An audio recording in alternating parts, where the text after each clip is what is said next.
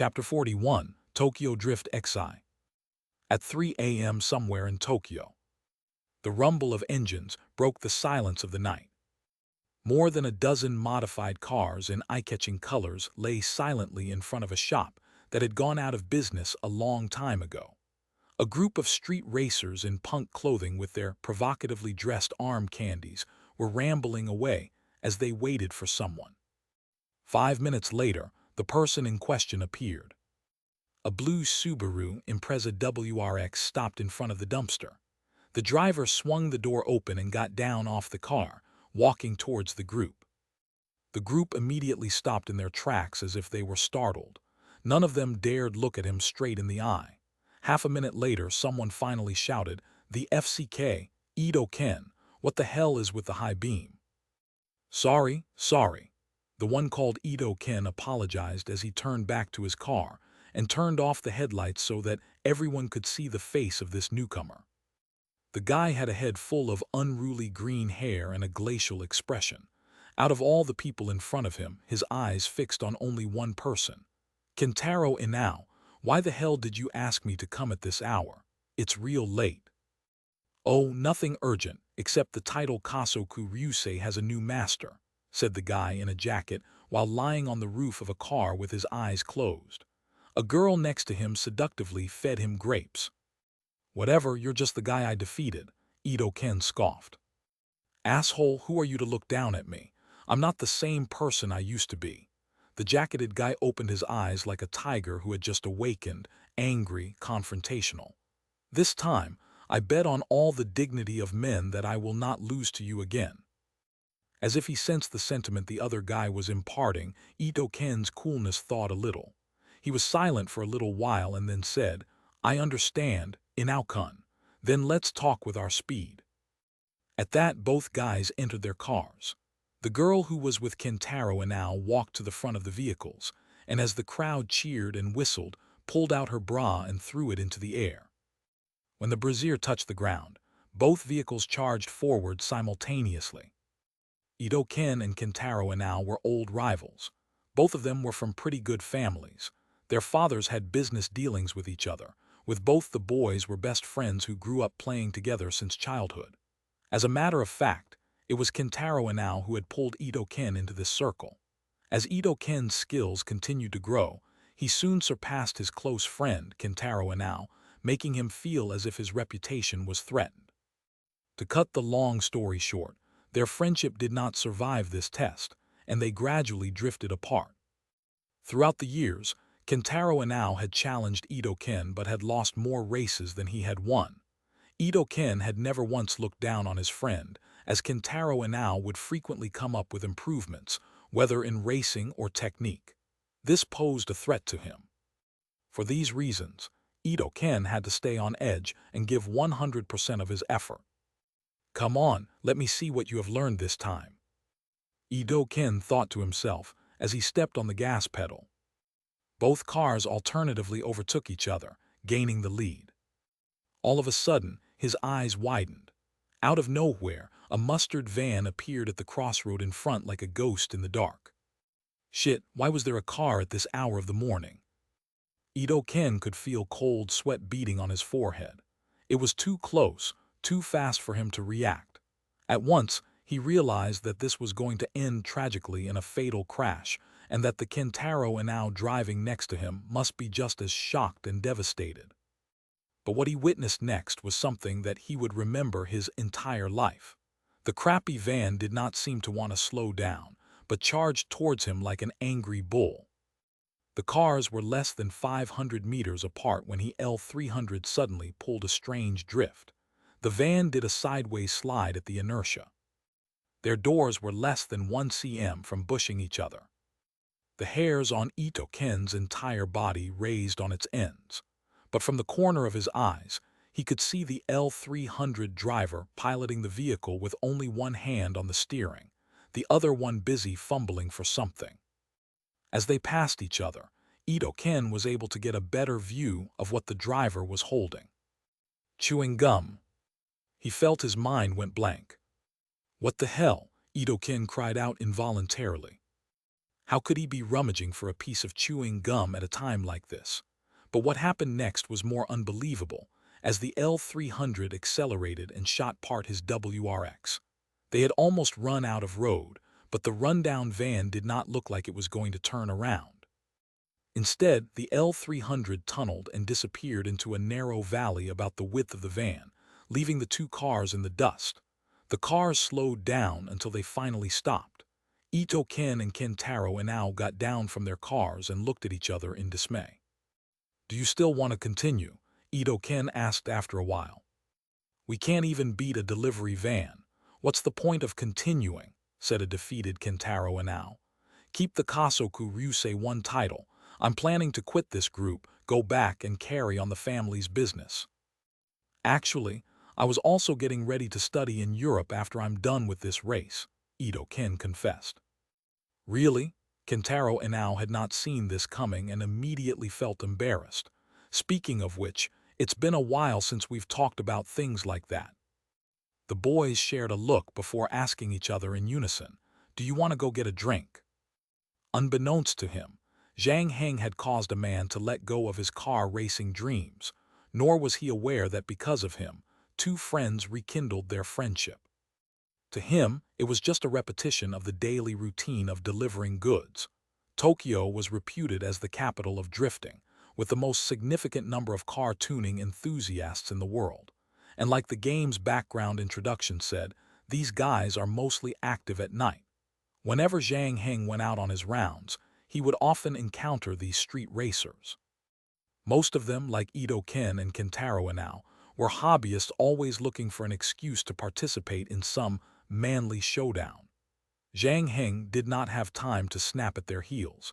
He only overtook them because he was in a rush. This was already the 9th month since he started learning to drive. He had only just completed the drifting practice that Take to Tetsuya had set up a month ago. His driving skills had advanced from level 1 to level 2. Besides that, his car tuning and maintenance skills had progressed to level 1.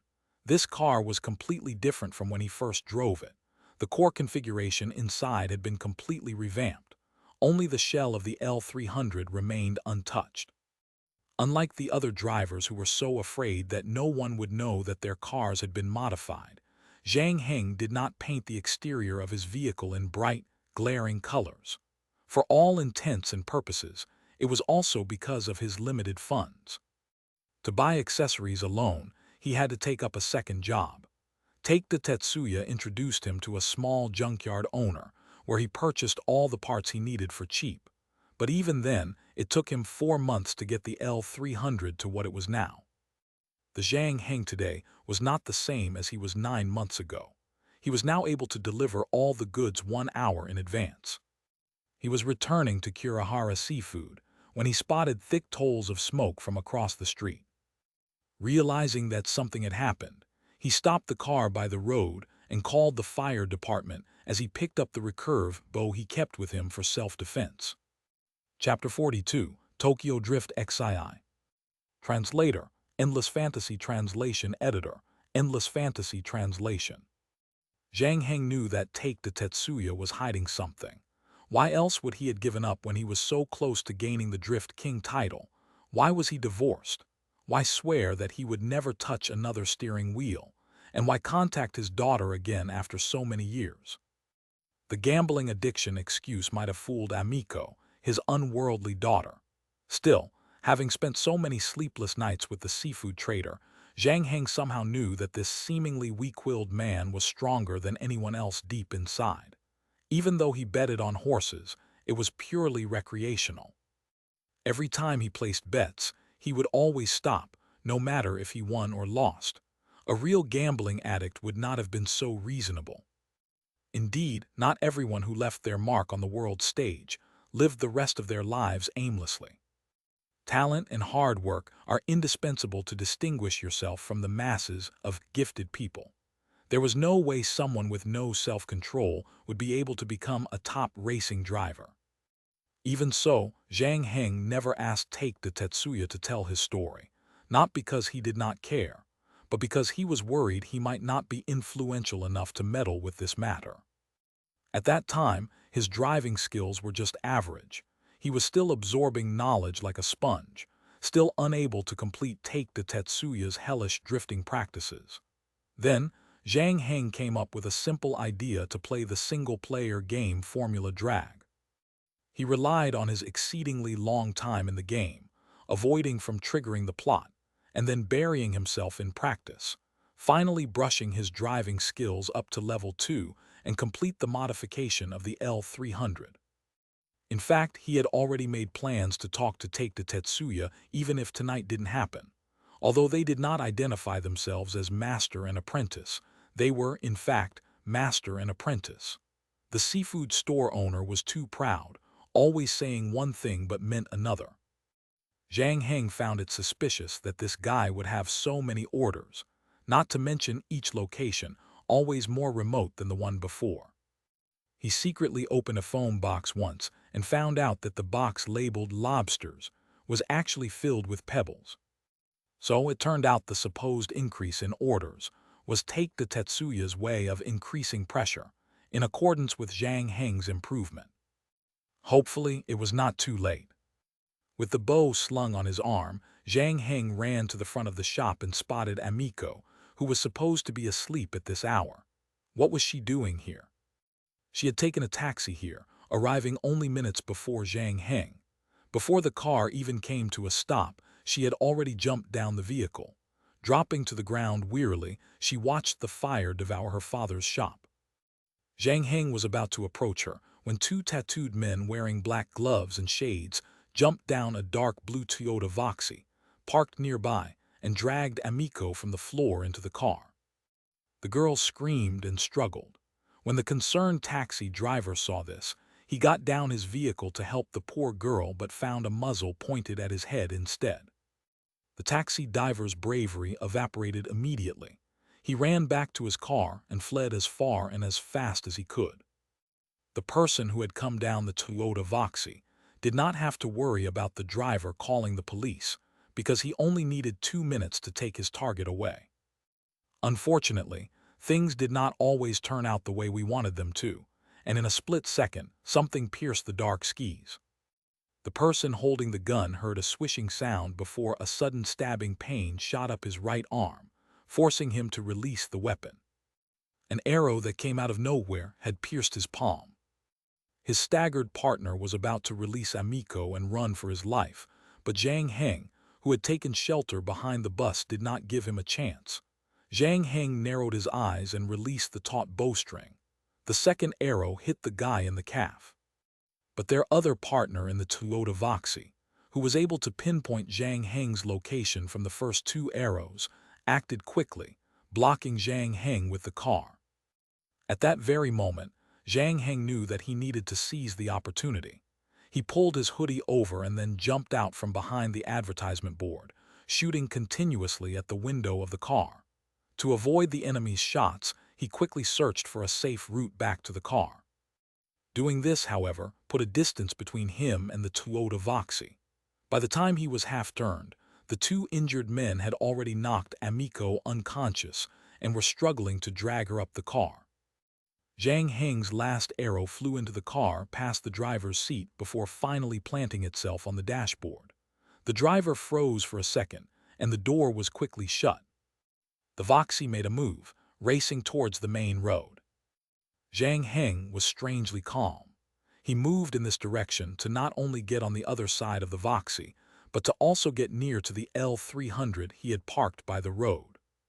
When he saw the kidnappers making a run for it, he put his bow and arrows away and jumped into his delivery van.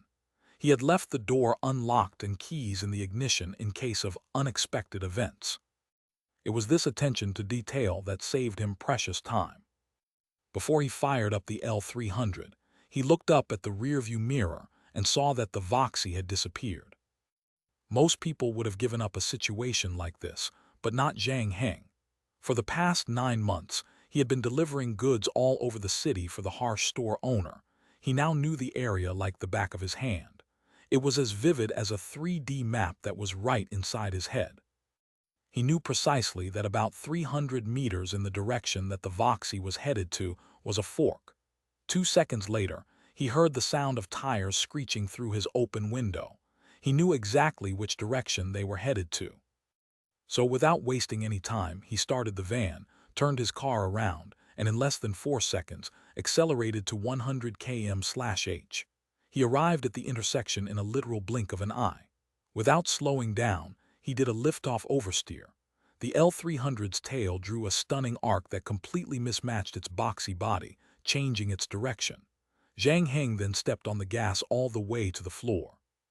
The motor, transplanted from a race car, let out a low growl. It took Zhang Heng only 45 seconds to reach the second intersection, but there was still no sign of the Voxy.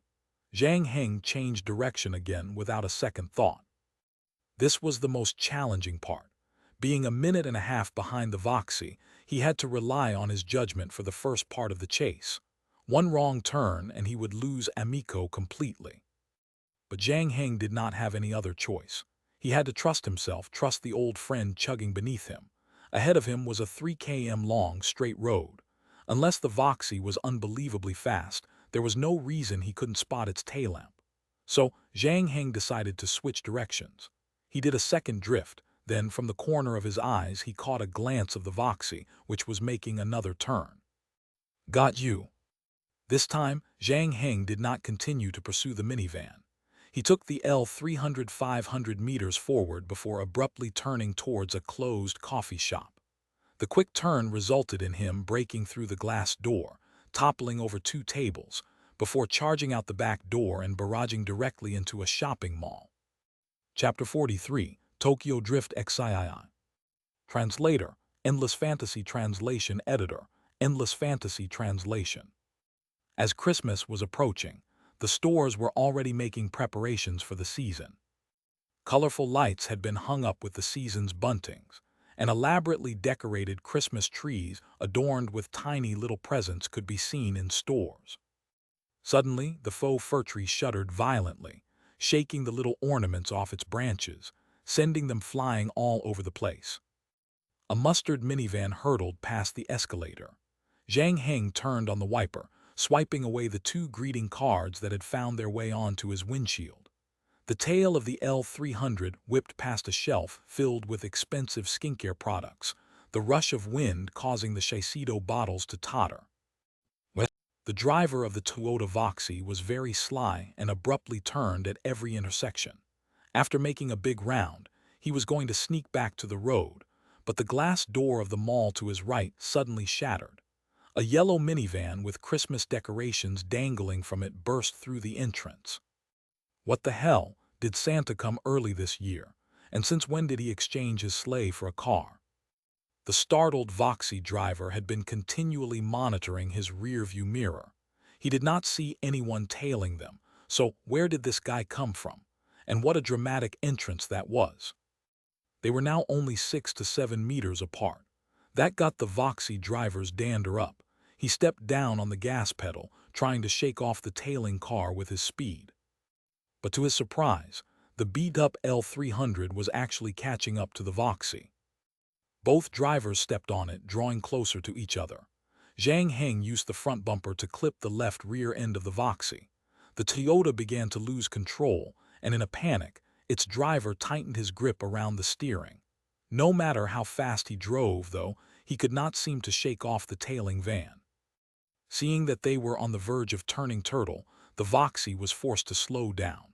Then, as if choreographed, the L300 behind also decelerated. Zhang Heng could have knocked the other van on its side, but decided to go gentle when he remembered that Amico was inside the vehicle. In the end, both cars stopped by the roadside. Realizing that he could not escape the other van with his skills, the Voxy driver opened the car door and tossed an unconscious Amico out. Zhang Heng watched the dark blue Toyota disappear into the night before loosening his grip on the bow and arrow. He did not continue the pursuit because 1. He could not just leave Amico on the side of the road, and 2. The kidnappers had guns. Even if they had refrained from shooting the weapons earlier, who knew what they would do if they were backed into a corner? Hence, this brief skirmish between the two ended with both sides stepping down. In a way, the appearance of those kidnappers put Zhang Heng at ease. When he first saw the fire at the shop, his shared Amiko's assumption that Take the Tetsuya had been murdered, and his killer had burned the corpse to get rid of the evidence. But when the emergence of the Voxy told him otherwise, the seafood store owner was still alive. Otherwise, they would not have tricked Amiko to the ship and kidnapped her. The girl lived a very ordinary life, no different from most Japanese university students. Those goons probably took her intending to blackmail Take the Tetsuya. But who the hell were those people in the Voxy, causing trouble and starting fires? They even had guns. In a country with such strict regulations on weapons, getting their hands on firearms meant that they worked for someone influential. Zhang Heng shot the tattooed man in the calf, intending to keep him for questioning, but their other associate appeared so unexpectedly. Thank goodness, they did not manage to get away with Amiko. Zhang Heng carried his friend into the van and did a quick assessment of her condition. Other than a few scratches on her elbow and calf, the different parts of her body were completely unharmed. That was a relief. Shortly after, the loud wailing of fire trucks filled the air. The firefighters, renowned for their efficiency, came pretty quickly. Judging by the severity of the situation, they responded immediately and only took a couple of minutes to arrive at the scene. Zhang Heng took off his jacket and placed it on Amiko. She had invited him over to her little rented apartment a few times for hot pot, so he knew where she lived. But it did not seem like a good idea to send her back right now. She was clearly involved in some kind of problem here. If whoever it was could trick her once, they would surely trick her the second time. It was imperative that he figured out exactly what was happening before coming up with countermeasures. The Voxy people might have escaped, but Zhang Heng knew that there was one person who could give him the answers. Everything that had happened tonight was because of Take the Tetsuya or Yasutsuchiya. It was time for the guy to tell his story. But before that, Zhang Heng had to find him first. That was not too difficult a thing to figure out. Zhang Heng drove to Take the Tetsuya's favorite Fuzoku 1, a karaoke cum izakaya, but eventually found him in the abandoned port where they had trained. The sun was coming up by then. The seafood store owner was wearing a large floppy hat that covered his face, fishing with a group of elderly fishing hobbyists. When Tetsuya heard the sound of tires squealing, he immediately knew who it was. Getting up, he saw Amiko in the passenger seat and froze. Why is she here? That question is for you to answer. Zhang Heng jumped down the van. I found her at your shop. A bunch of guys were going to kidnap her, but don't worry, she was just knocked unconscious. Nothing big. Someone kidnapped her. What do they look like? Take the Tetsuya looked nervous, which was uncommon. There were 3 of them. They were well disguised with sunglasses and masks, though I don't know why they didn't bother to cover up the tattoos on their necks. What are the tattoos like? Take the Tetsuya appeared to be only interested in that little detail. Zhang Heng thought for a minute and then said, he was too far. I can't be completely sure, but I think it was an eye. Take the Tetsuya's pupils contracted, allowing himself to drop to the ground as if he was completely drained of energy, muttering to himself, so, they've come. Who has come? It's nothing to do with the both of you. They only want my life. Take the Tetsuya smiled distressingly. I thought that changing my name and laying low could help me escape them. I didn't think they would still hold on to me, but never mind, I will go confront them. The both of you won't be in danger anymore. This was not what Zhang Heng had imagined would happen.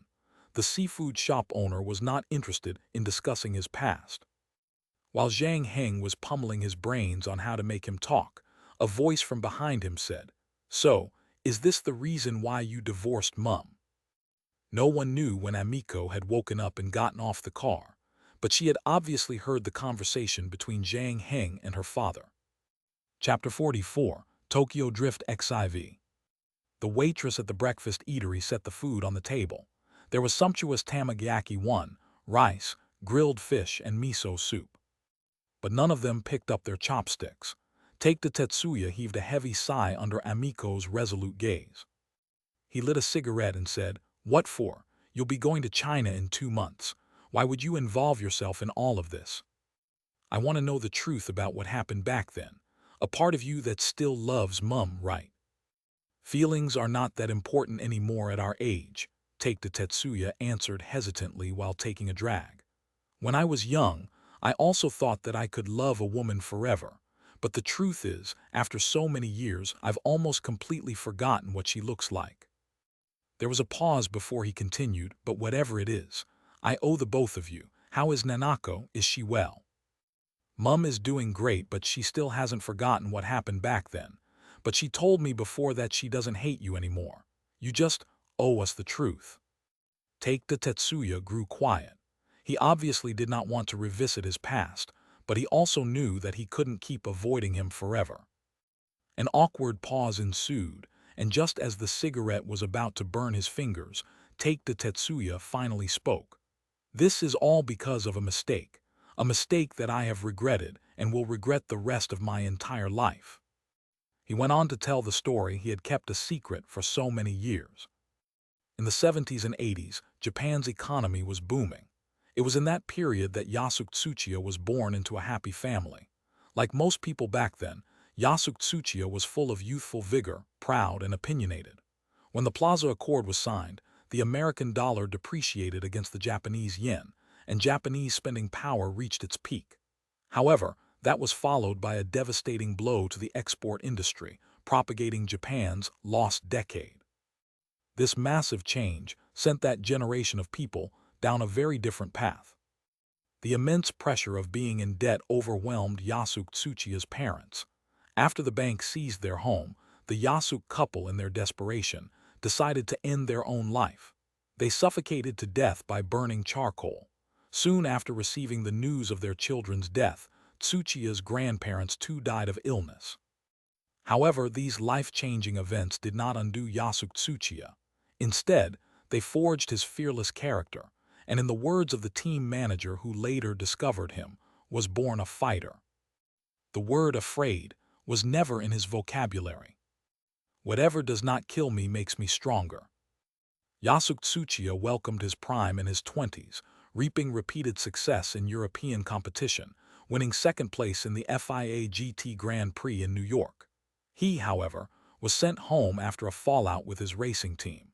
Not long after, he won first place in the Tokyo D1 Grand Prix. He was a legend in Japan's drifting world. At that time, he was already at the top of his game but was never satisfied, always looking out for new challenges. Eventually, he decided to take on the Drift King title, taking him less than a year to unseat the top street racers from 22 wards. This included all special wards in Tokyo except for one, Narima. Narima's strongest racer was a guy named Asano Naoto. That guy's crazy. He invented a death racing format. He would choose a section of a highway, destroy the guardrails, and set up the exit and entrance. At the agreed time, the competing racers would drive against the traffic on the other side of the highway lane. Whoever reaches the finishing line first and alive is the winner. Sometimes, to make the competition more exciting, he would even involve the police in the game. That's basically suicide. Amiko was utterly gobsmacked. Asano Naoto believed that only the bravest racer is worthy of victory, and whoever challenges him must accept all of his rules. Even though it seems stupid now, I was young back then. I was only one race away from winning the Drift King title. I was not about to give it up. Take the Tetsuya lit up another cigarette, took in a deep breath, and continued. We agreed on a time apart from the two of us. My best friend also joined the competition. He was the best racing driver in Shinjuku, and we chose the course together, 40 kilometers long, 3 lanes wide. On normal days, there's moderate traffic. No one would have thought that it would suddenly be covered in fog. Kobayashi suggested we give up the race and choose another time. I could tell that Asano Naoto was going to agree to it. After all, he was just a ruffian who loved to live on the edge. Despite all that, he didn't really plan to die. Considering the road conditions, the level of danger was way out of his comfort zone. But that asshole didn't want to give up the chance to taunt us. He knew that I would agree too, so he decided to cast the opposing vote by calling us cowards. I was a very spirited young man, so in my anger I voted against delaying the race too. In the end, it was 2 against 1, which meant the competition would go on as planned. I could see Asano Naoto's face change, But I took no pleasure in that retaliation because the three of us were already up in the gum tree. Everything that happened after that only confirmed how stupid my decision was. That day, the visibility on the highway was only 4 or 5 meters. We were forced to drive slower than usual, but even then, we were shrouded by the shadow of death. This was no longer a competition about skills anymore. Luck seemed to be of the essence. We drove like that for 10 minutes, constantly fearing for our lives. On a normal day, we would have already completed the course by then, but we were only a third of the way. I kept honking all the way. Fortunately, the highway was closed off, and there were not a lot of cars coming towards us. Even then, I had to swerve madly to avoid running into oncoming cars a couple of times, not seeing them till the very last second. It felt like I was rubbing shoulders with the Grim Reaper. When the seafood store owner recalled that dangerous time in his life, it was apparent the lingering terror of those moments still haunted him. In situations like this, even the most tenacious mind would not be able to keep going. So Kobayashi and I took turns leading, giving each other time to rest. Asano Naoto, on the other hand, was already out of the game. The supposedly bravest racer in all of Tokyo's willpower had been completely destroyed, and he was shivering behind us.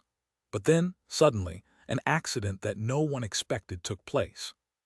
As we were approaching the halfway point of the course, I heard the sound of a truck's horn blaring from the road ahead. I was about to change lanes when Asano Naoto's GTR suddenly overtook me, forcing me to stay on the left lane. I tried to increase speed, but he kept staying on my right. I could sort of guess what he was thinking at that time. His performance today was horrible. If he loses this race, all that reputation he had built for himself throughout the years would be destroyed, so he had an evil thought. Asano Naoto was determined to get me killed. He left me with very little time and I was devastated. I thought that my time was over. Kobayashi rammed his Lexus hard into Asano Naoto's GTR. I didn't see it coming. The next moment, both their cars lost control and Asano Naoto's GTR went under the truck's chassis, ramming the truck sideways. It then fell on Kobayashi's Lexus. It was the most gruesome. I didn't dare look at it. The top of the Lexus had caved in completely, and there was black smoke billowing out the front of the car. Chapter 45, Tokyo Drift XV. Translator, Endless Fantasy Translation Editor, Endless Fantasy Translation. What did you do after that? Zhang Heng asked. I did nothing. There was a look of remorse in Take Tetsuya's eyes. I should not have left him there. I wanted to get down the car to check on him, but I heard police sirens coming from the opposite. I was scared, so I didn't stay. I turned the car around and left the highway. What happened to the two of them? Amiko asked, disturbed. I only found out about what happened to them in the news. The reporter said that two juvenile delinquents were racing against the traffic on the highway and hit an oncoming truck. One died, and the other was injured. The wounded driver was receiving first aid in the emergency room, but he passed away 3 days later. Was the wounded person Kobayashi or? It was Asano Naoto. Other than being known for being the best racing driver Narima, he also had another identity. His uncle was the vice president of Tokyo's largest Yakuza clan, Oni Hitomi I. Oh, no wonder. Is that why you quit the racing world and changed your name? Yes, that was not a public race. No one else other than the three of us knew about it. Even though there were other eyewitnesses on that highway, the visibility was abysmal, and we were driving against traffic. With all that fuzzy testimonies, the police were unable to determine if there was a third vehicle. Afraid that I would be imprisoned and that Oni Hitomi would take revenge, I chose to keep quiet again. There was no joy in my heart to escape punishment. Every day after that day, I have been living in guilt for Kobayashi. If I hadn't let my emotions affect my decision, and stick to my decision that the race that should never have started in the first place, all these would not have happened. I was the one who had one foot in the grave. But the irony is that the first person to die among the three of us was the only person who voted against having the race. I went to his home secretly after that. His father passed away when he was younger, and he only had his mother and a sister. After what happened, they moved away from Tokyo. You met Mum after that, right? If that's the case, why didn't you stay? Amiko asked. I was always anxious after that accident. I couldn't even sleep at all, and I also kept a suicide note by my pillow.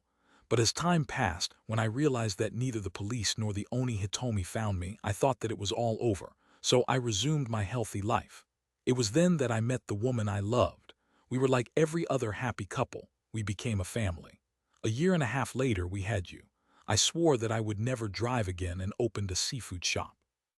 After initial struggles, the shop did pretty well. At first, it seemed like I was heading on the right path. It had been 6 years since the incident, enough time to forget many things. I never thought that one day that year my nightmare would find me again. "What do you mean?" Amiko asked. One night, while I was sorting out the orders alone in the shop, a stone suddenly flew in through the window, shattering the glass. I thought it was some prankster, but when I ran out to chase him away, I didn't see anyone. When I returned to the shop after that, I realized that the stone was wrapped in old newspapers. The front page article was about the highway accident that year. Next to the headline, there were words written in blood. "Did you really think you could escape?" Take the Tetsuya flicked off the ashes on his cigarette. No one else other than the three of us knew what actually happened that day. Kobayashi died at the scene that day. Asano Naoto was in the ICU for 3 days. His injuries were severe. The papers said that he was unconscious, but that did not eliminate the possibility that he might have woken up for some time. Anyway, from the moment the newspaper article appeared, my life was over. So, you weren't actually addicted to gambling. You just wanted to make Mum divorce you. I made a mistake 6 years ago involving Kobayashi in the race. I will not make the same mistake again.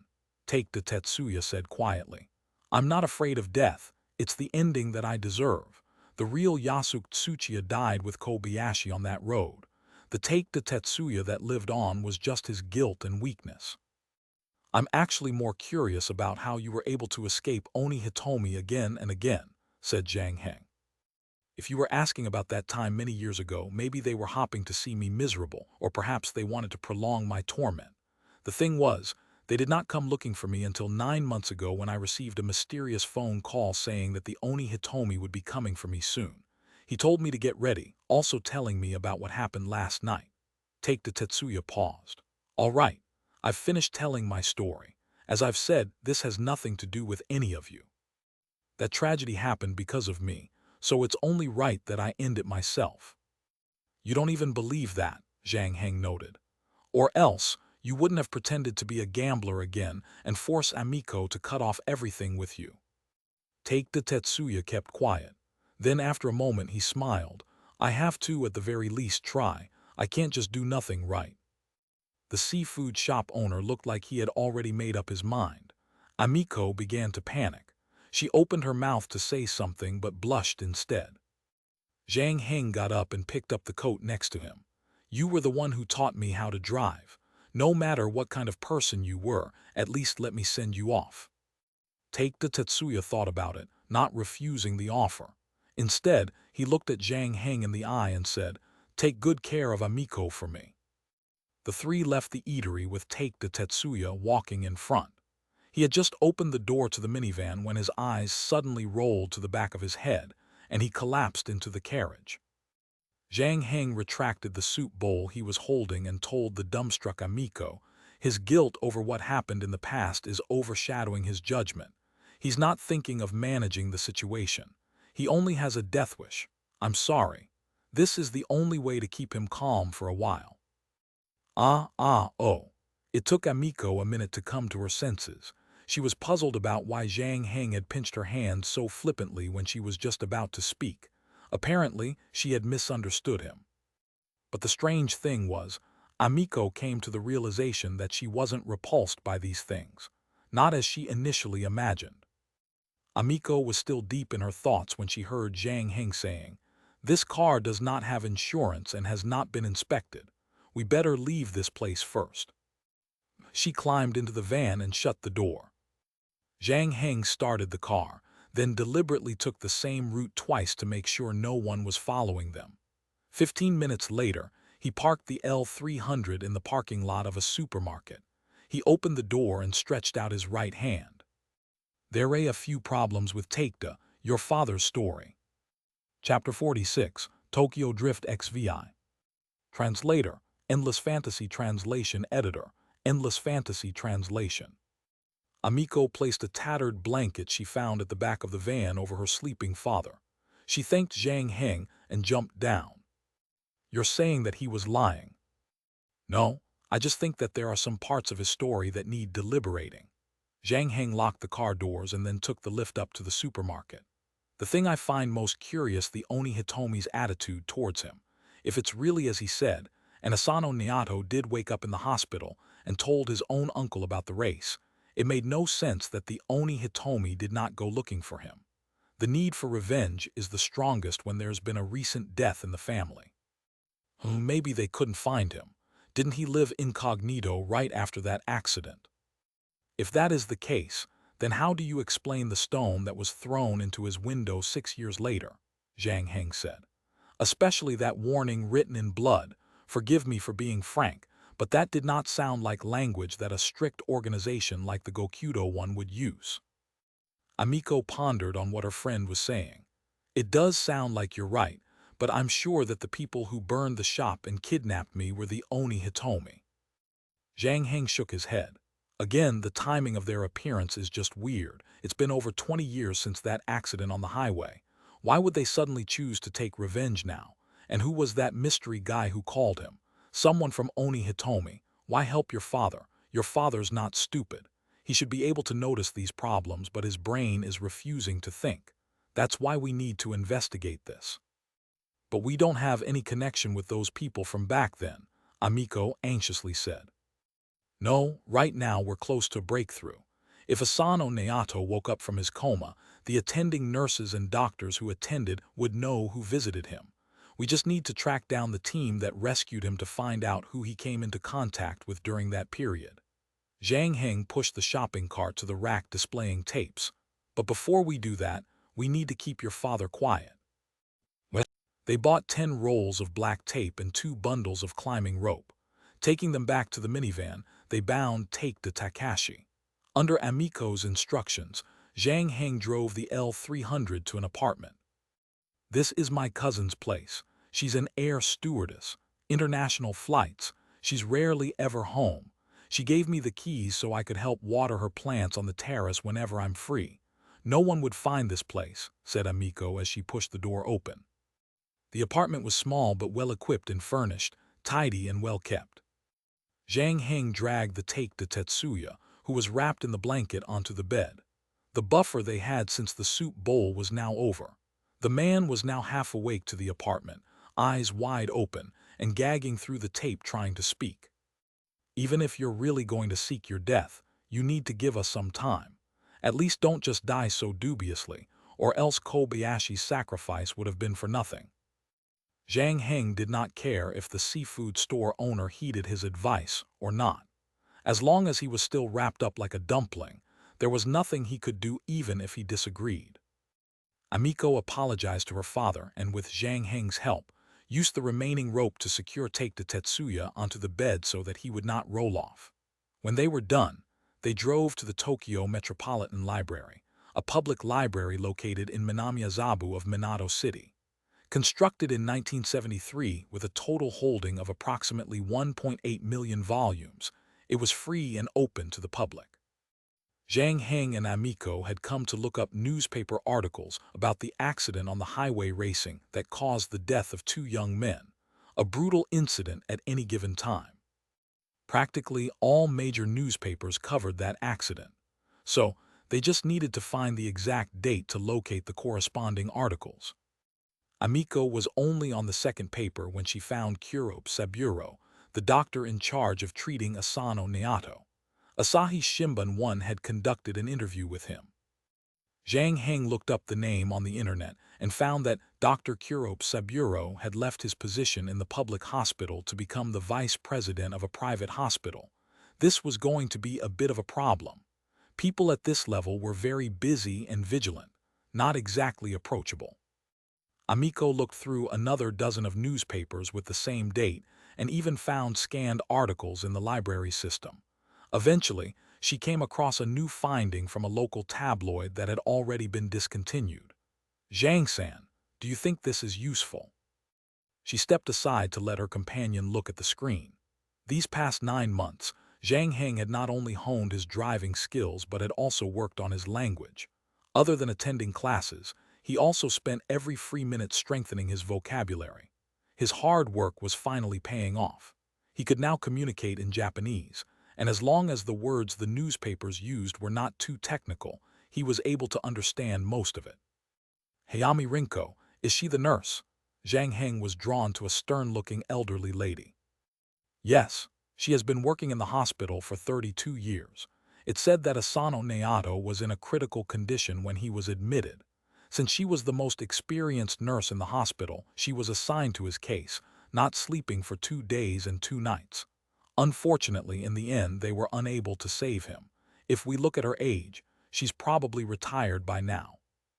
Let's find Dr. Kurobe Saburo first. If not, we'll have to find Hayami Rinko, Zhang Heng decided. As they had expected, it was not easy getting Kurobe Saburo. As an expert surgeon in Tokyo, his many different numbers were published online, but the person answering the phone was his female assistant. Even though the person on the other end was polite, she was firm and unyielding about not being able to set up an appointment for them. President Kurobe Saburo's timetable was fully booked until the end of the month. Zhang Heng and Amiko decided to wait for the doctor in front of the hospital building he was working in. After 2 hours of waiting, they finally spotted him. Meeting him for only a few minutes, Kurobe Saburo claimed that he did not remember much about what happened that year.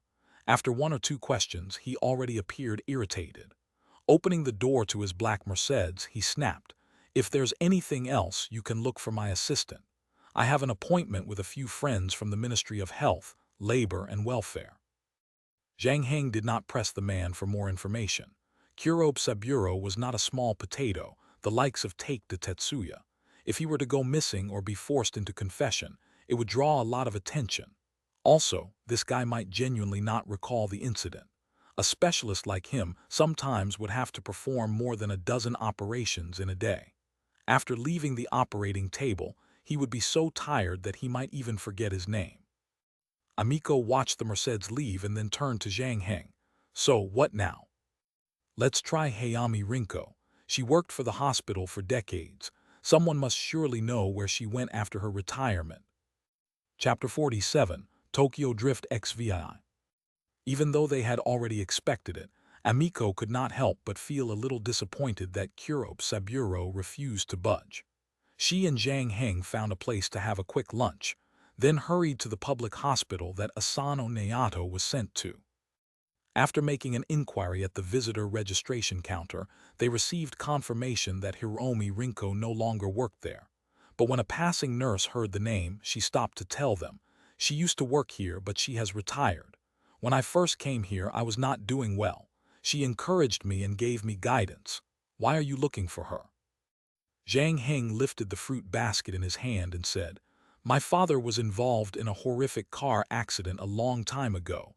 It was Hiromi Rinko's aunt who helped him recover. We just want to thank her." This was quite common in hospitals around here. A large number of patients and their family members would continuously return to thank the doctors and nurses. There was no reason for the head nurse to suspect these 2 young people. She tore a piece of paper and scribbled an address on it. "Thank goodness we met. Rinko-senpai one lives here now." Tehaku Nursing Home. Amiko read the address on the paper. Yes, senpai never got married and didn't have any children. Ever since she retired, she volunteered to do charity work there. She wanted to keep making contributions in her sunset years and also find herself a resting place for the future, the nurse said, brimming with admiration. Zhang Heng gratefully thanked her and took the subway with Amiko to the nursing home in the suburb. With the help of caretakers there, they were able to quickly locate Hiromi Rinko. The former nurse was teaching an elderly who had lost most of his hearing how to arrange flowers. When she saw the 2 young people approaching her, there was a hint of suspicion in her eyes, but she still nodded at them. 5 minutes later, Hiromi Rinko helped the elderly man settle down before walking over to Amiko and Zhang Heng. "Who are you?" Perhaps it was the nature of her occupation. The Hiromi Rinko in the picture carried a stern appearance, with a military rigidness about her.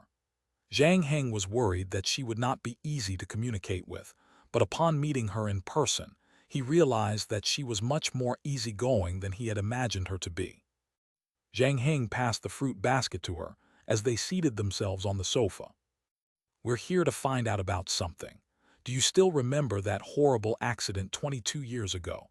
Two young men were racing cars against traffic when one of them ran into a truck. One died instantly and the other was severely wounded. His name was Asano Naoto," Hiromi Rinko cut in. "I remember that, but not because it was all over the news, but because that boy was so young. He was battling the Shinigami, and you could see that he really did not want to leave this world. Unfortunately, I couldn't help him." Zhang Heng and Amiko shared a look between them. "We heard that you were with him the whole time. We are his family. We just want to know if anyone visited him or if he asked to see anyone when he was awake." "No, you're not his family." Hiromi Rinko shook her head. It was as if she could see through them. Amiko's face grew hot under the old nurse's steely gaze. Zhang Heng, on the other hand, was calm. "Distant family." Hiromi Rinko smiled and did not question them any more about this question.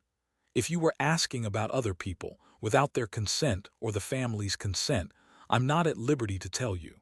But people other apart from the media are rarely concerned about him." "What do you mean?" "Asano Naoto, that's a very lonely child. In the 3 days he spent in the hospital, his grandfather only came to see him once. I heard that his parents had already cut off all relations with him by then. Oh, and I think he had an uncle who sent 2 men to guard the door. He never actually went in." So no one cared at all. Zhang Heng and Amiko were a little taken aback by the nurse's answer.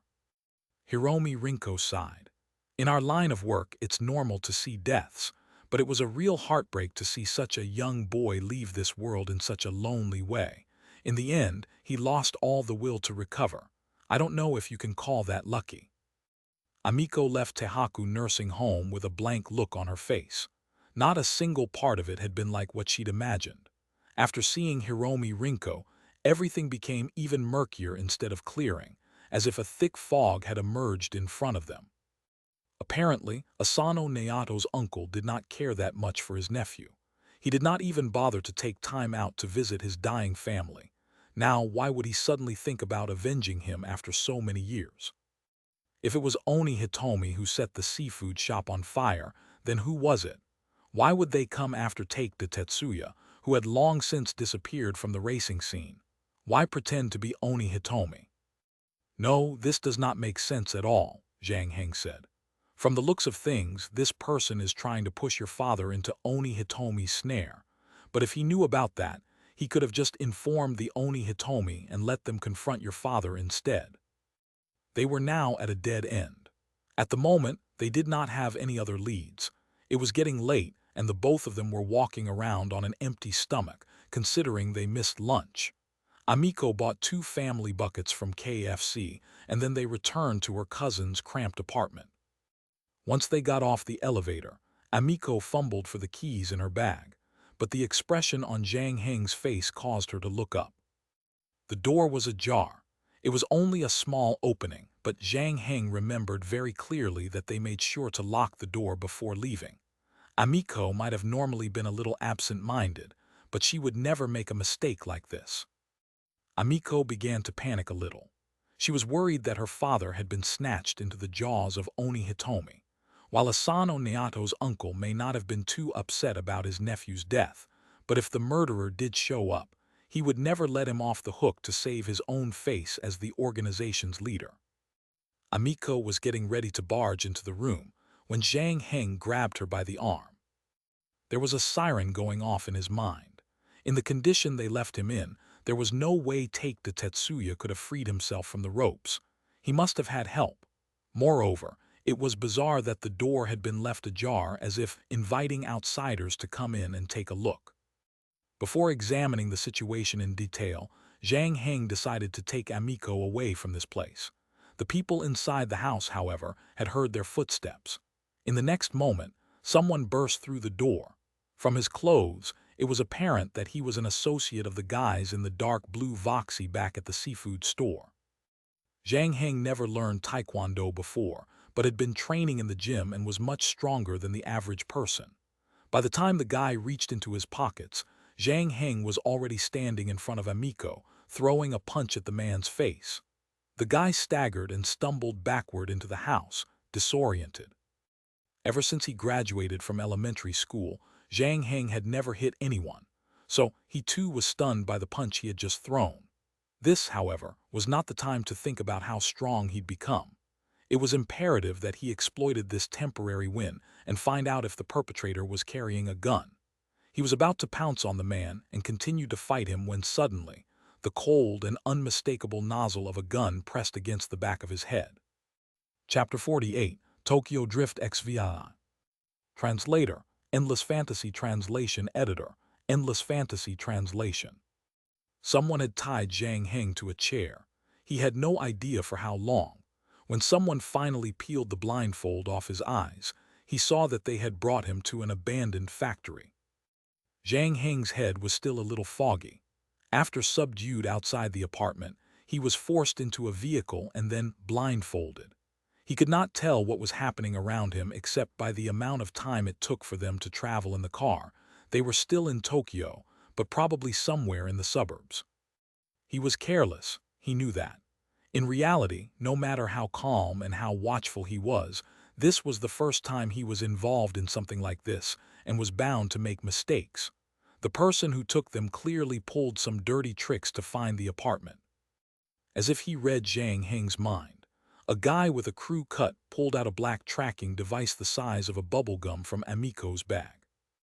They probably put that in there when they kidnapped her with the blue Toyota. As Amiko was unconscious then, she would not have known what they did. On top of that, the tracking device was well hidden.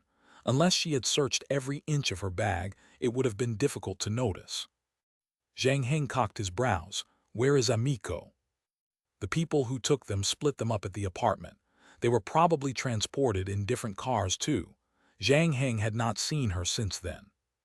Think about your own plight first, the crew cut gut snarled, giving Zhang Heng the stink eye. Zhang Heng recognized the guy. It was the guy he punched at the door. No wonder he was showing Zhang Heng the attitude. Heh, now we can settle our account. The crew cut guy put down the tracking device and rolled up his sleeves eagerly. Just then a deep, sonorous voice said from behind, "All right, that's enough for now. Let me talk to him."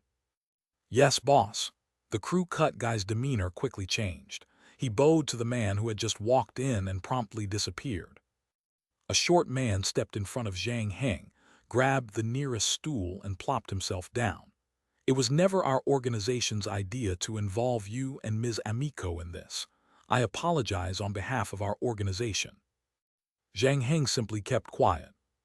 22 years ago, our executive vice president, he and Tsuchiya Yasuke, which is also Mr. Take de Tetsuya, had a little grudge. He sent me here to take care of things. The plan was to throw Tsuchiya Yasuke into the sea and feed him to the sharks, but Mr. Executive Vice President had a sudden change of mind and decided to give him a chance. The Executive VP's exact words were, "The grievances between racing drivers should be resolved in the ways of a racing driver," the squat man said. "So I've painstakingly set up a stage for Tsuchiya Yasuke. I'll still need one more person to play the supporting role, though. It was giving a headache because Mr. Tsuchiya Yasuke is not exactly everybody's favorite, and even after so many years, he didn't make any friends at all. I heard that for nearly half a year you have been delivering goods for him. So, are you interested in joining the fun?" "Are there any other options apart from me?" Zhang Heng asked calmly. Even though the guy looked gentler than his associate, Zhang Heng understood that the man did not really want to know his opinion. "I like talking to smart people. It saves me a lot of time." The man took out a dagger, walked behind Zhang Heng and cut off the rope binding his hands. "The game is simple. Whichever one of you wins this competition, I will let the three of you go. But if you lose, trust me, you don't want to know what happens." Zhang Heng stretched his arms. He considered attacking the man, grabbing the knife and make him a hostage, but when he spotted the two towering men guarding the door, he gave up the idea. There was no way out of this situation. How many will be racing? Where is it? What are the rules? Don't worry, you'll know when the time comes. First, relax and choose your car, the man said, clapping loudly. The guards at the door walked to the center of the factory to a covered mound. The men removed the covering and revealed the cars underneath. There were 5 in total: a red Nissan 180SX, a silver BMW M5, a gray Mercedes AMG GT, a yellow Dodge Viper, and a blue Ford F-150 Raptor. These cars have been modified with some performance enhancements. You can choose to drive the one you like best. If you're not happy with it, you can retune it yourself. We can provide you with the parts. The competition is tonight at midnight.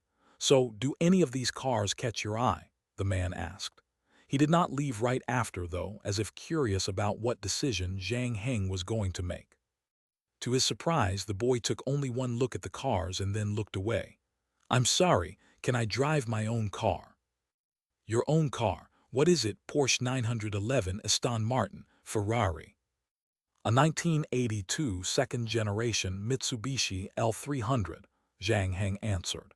It's parked just downstairs of the apartment where your men took me. A civilian van. The man's eyes widened. Zhang Heng nodded. After the substantial modification he had done to the L300, the van was completely unrecognizable. Sure, its performance had soared, but it was in no way comparable to a race car. The man was not only generous. The 5 cars that he offered Zhang Heng were undoubtedly good. In fact, he was even willing to allow Zhang Heng to tune it up to his liking to prove that he did not sabotage them. Zhang Heng knew that no matter how good the cars were, the best car for him was the car he was most familiar with. That's a reasonable request that I can fulfill, but are you sure?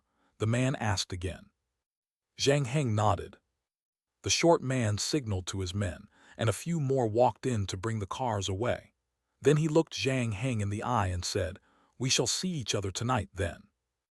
This time, Zhang Heng was left alone in the abandoned factory. There was water and food on the table, probably for replenishing his energy. Other than that, there was a gaming console in the corner of the room for him to pass the time. This was too good a treatment for a kidnap victim, and because of that, Zhang Heng was increasingly convinced that this race was not an impromptu, last-minute attempt. This guy had clearly planned all of this for a very long time now. Those associates of his probably did not have any professional training, but because they came in numbers, it would be an unrealistic proposition even if the seafood store owner and amico were to force their way out. Moreover, his phone had been taken away, and he had no way of contacting the world outside. For now, all he could do now was just eat a little something and wait for the competition to start.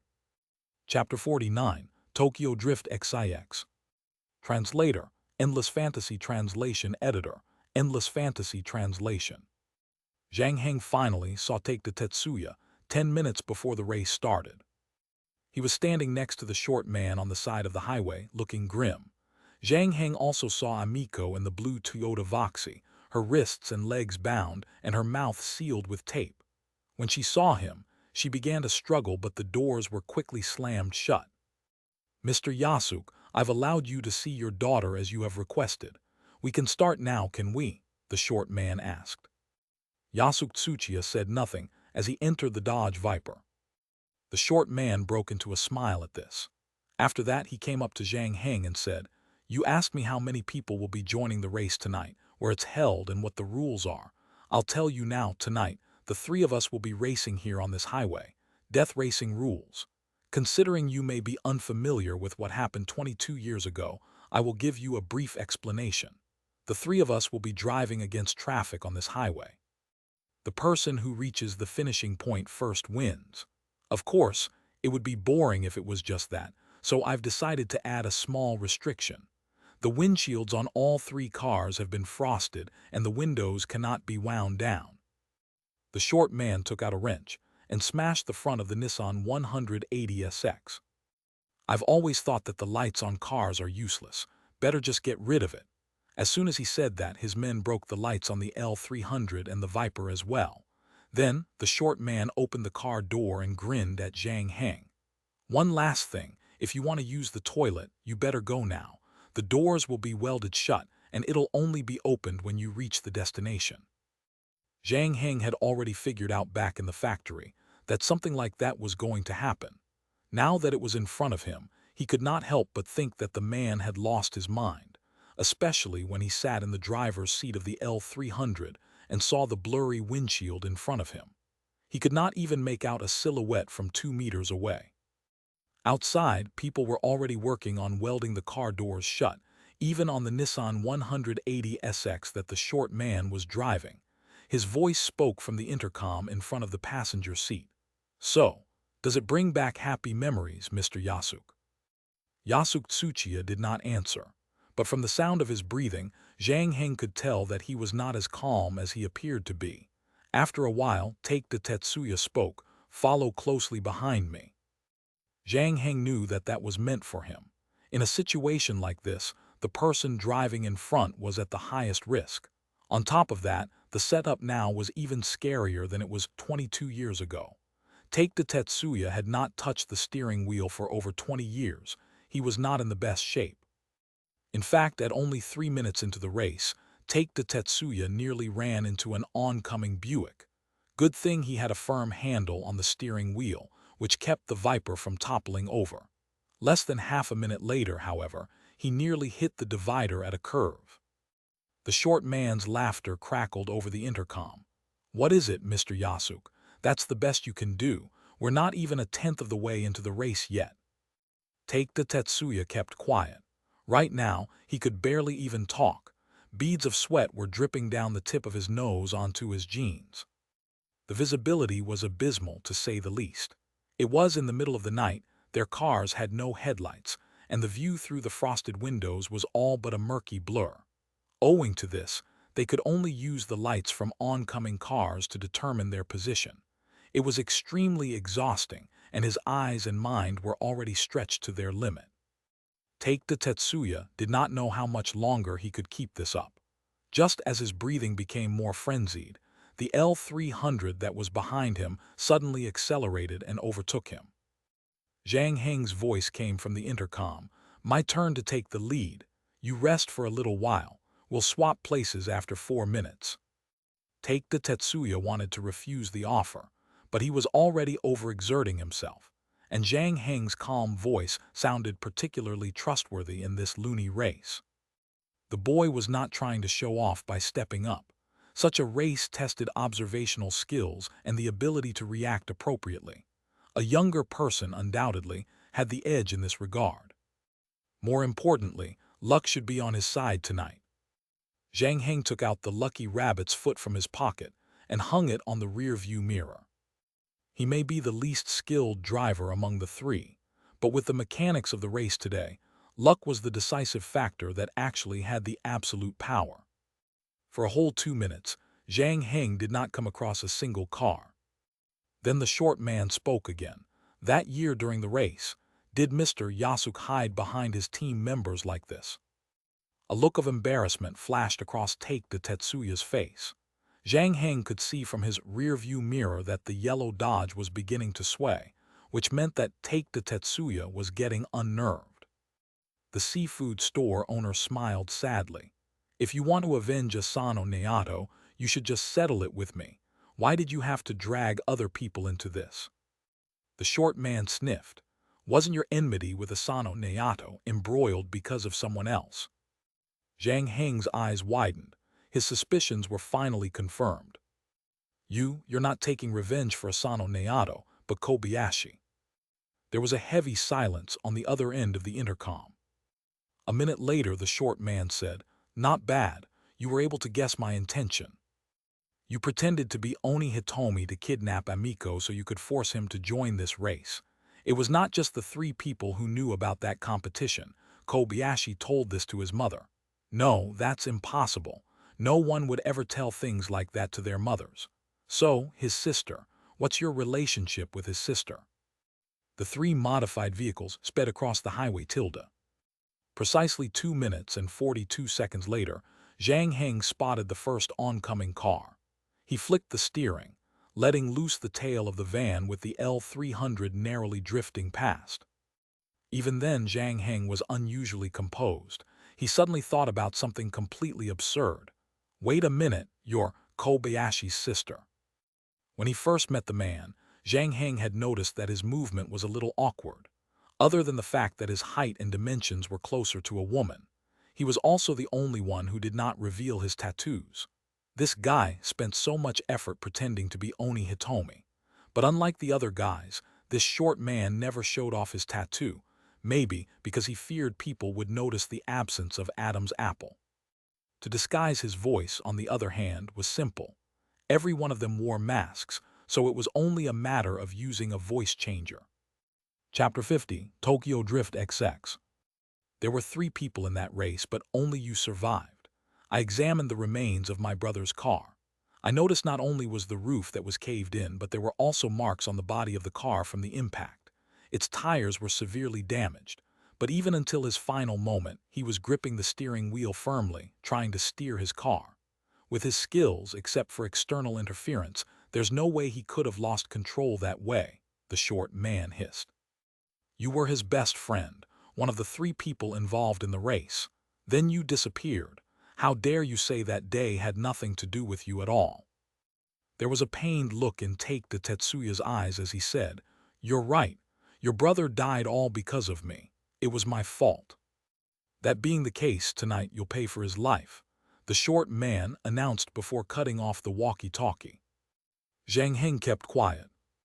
He pointed out the man's identity so that both of them could communicate and resolve their dissent. From a third party's view, Take-the Tetsuya did share part of the blame.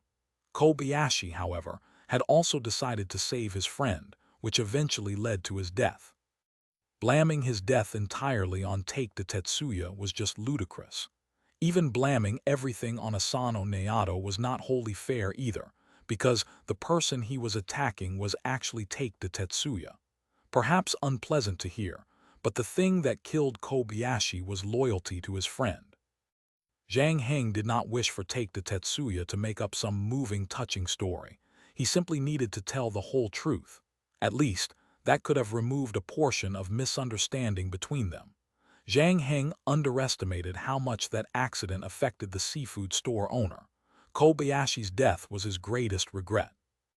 All these years, Tetsuya had been like a prisoner to his past, waiting for this long-overdue judgment day.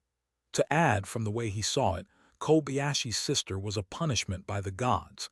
If it were not for saving his daughter, he would have given up long ago. Even so, Zhang Heng could sense that Take-the Tetsuya's fighting spirit was steadily declining at a rate visible to the naked eye.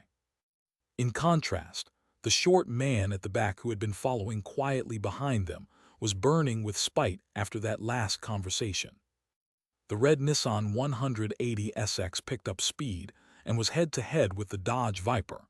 History always had a way of repeating itself. The short man forced Take-the Tetsuya to the far-right lane on the highway.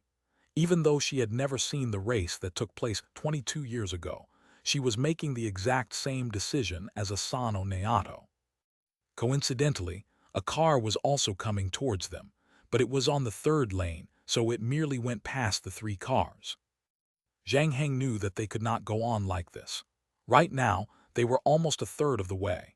Take-the Tetsuya was not getting any luckier, and his mental state was deteriorating. Sooner or later, he was going to make a mistake, so Zhang Heng switched lanes and deliberately slowed down.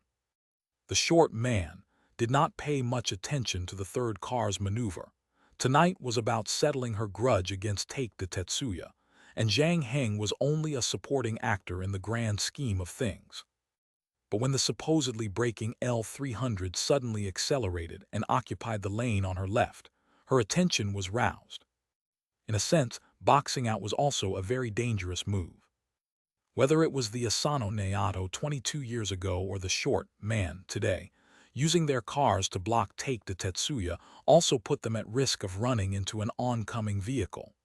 Compared to Take-the Tetsuya, who could neither move to the left nor the right, they had at least one vacant side.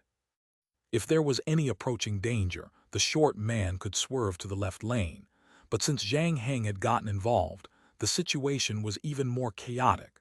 The three of them were all stuck on their respective paths. In other words, it meant that if a car were to approach, one of them would inevitably be involved in the collision. Zhang Heng had intended to use this strategy to force the short man to give up. As long as she kept decelerating and accelerating, Take the Tetsuya would not lean in on her.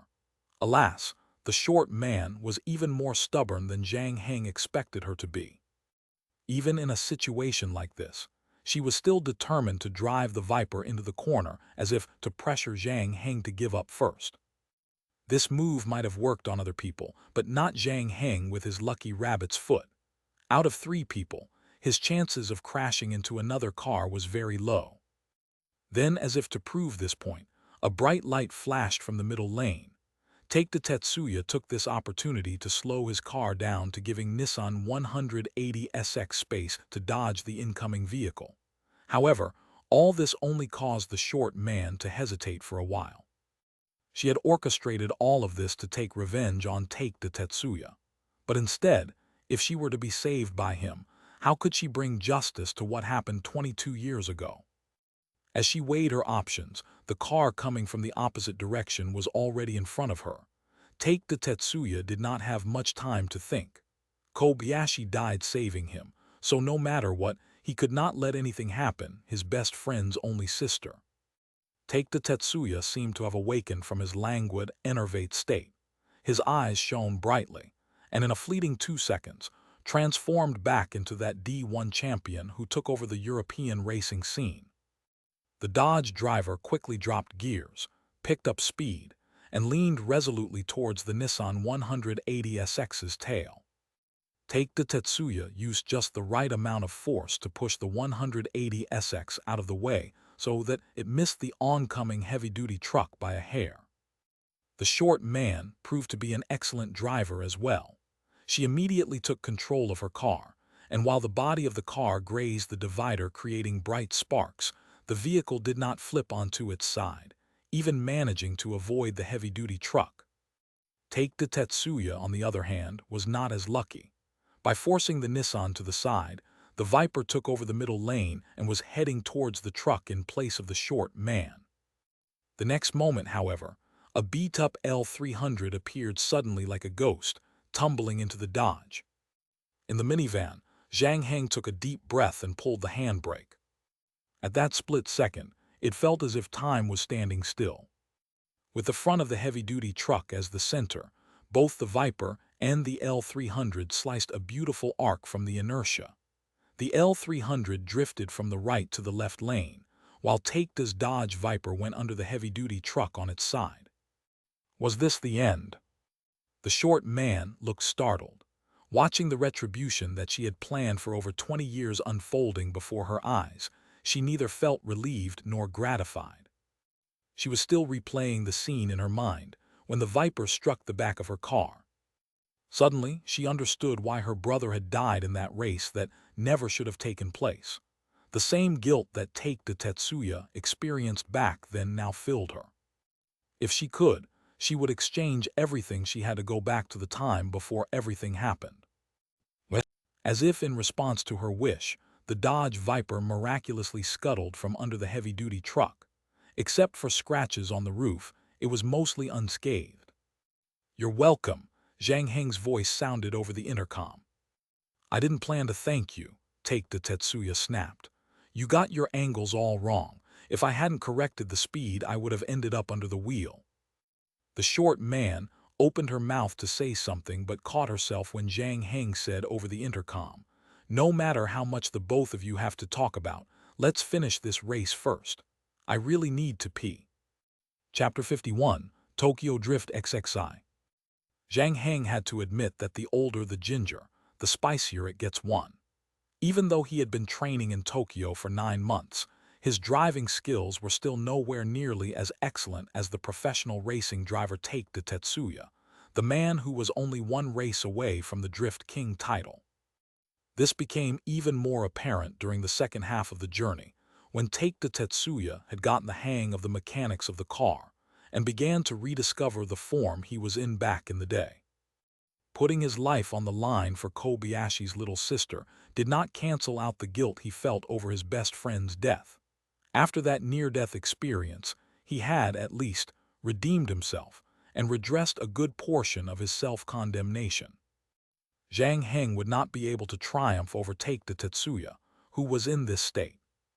On top of that, there was Kobayashi's sister, who had been planning this for 22 years and whose driving skills were just as competent as her brother. Not only did she possess that meticulous quality a woman possessed, but she also inherited Kobayashi's intrepidity. However, someone once said, having a good opponent would bring out the best in you. Encouraged by his two competitors, Zhang Heng gave 150% of his ability. The L-300 turned into a mustard phantom zipping in the darkness. In the end, however, he was still one step behind. But when they were drawing near the finishing line, the Nissan 180 SX and the Viper suddenly slowed down, and as if on cue, giving each other deference. Zhang Heng did not care about any of that, so the minivan zoomed past Take the Tetsuya and Kobayashi Yu, taking first place. When he reached the finish, a series of notifications rang in his ears. You have won an underground street race, mission complete. To return after 134 days. Successfully defeated a professional race car driver, plus 15 game points. You may refer to the character panel to view the corresponding information.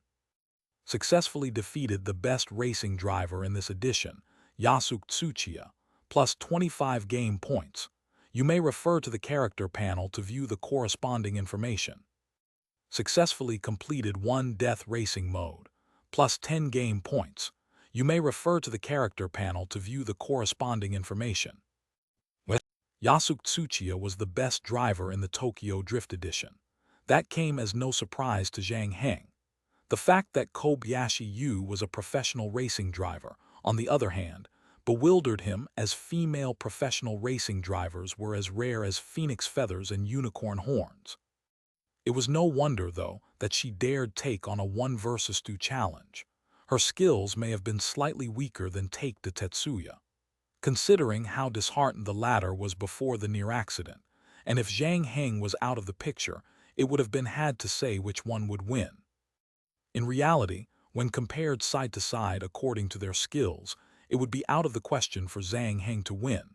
But after everything that had happened along the way, the atmosphere of hostility was extinguished. There was a silver lining amidst all the complications, helping Zhang Heng to complete his primary mission. The rewards that came along with it were so much more generous than he had expected. The race alone earned him 50 game points. Combined with the 6 points he gained throughout the game, a total of 56 game points had now been collected. Kobayashi Yu and Take the Tetsuya talked to each other through the night. No one knew what they were talking about, but on the second day, the two of them visited Kobayashi Ryo's grave to pay their respects. 2 days after, Kobayashi Yu and her racing friends who had helped her left Tokyo. 2 months later, Amiko's exchange student application was approved. Zhang Heng had driven her to the airport himself. She was about to embark on a 1-year learning trip in China. There was still some time before departure, so Amiko requested for coffee. Zhang Heng bought 2 cups of coffee from the Starbucks nearby. As he was handing it over to the girl, something soft nudged his lips. Amiko was clearly very nervous. This was her first time doing something like this, so she was a little clumsy and timid, their lips only touching for a brief second. "Come find me when you get back to China," Amiko whispered softly.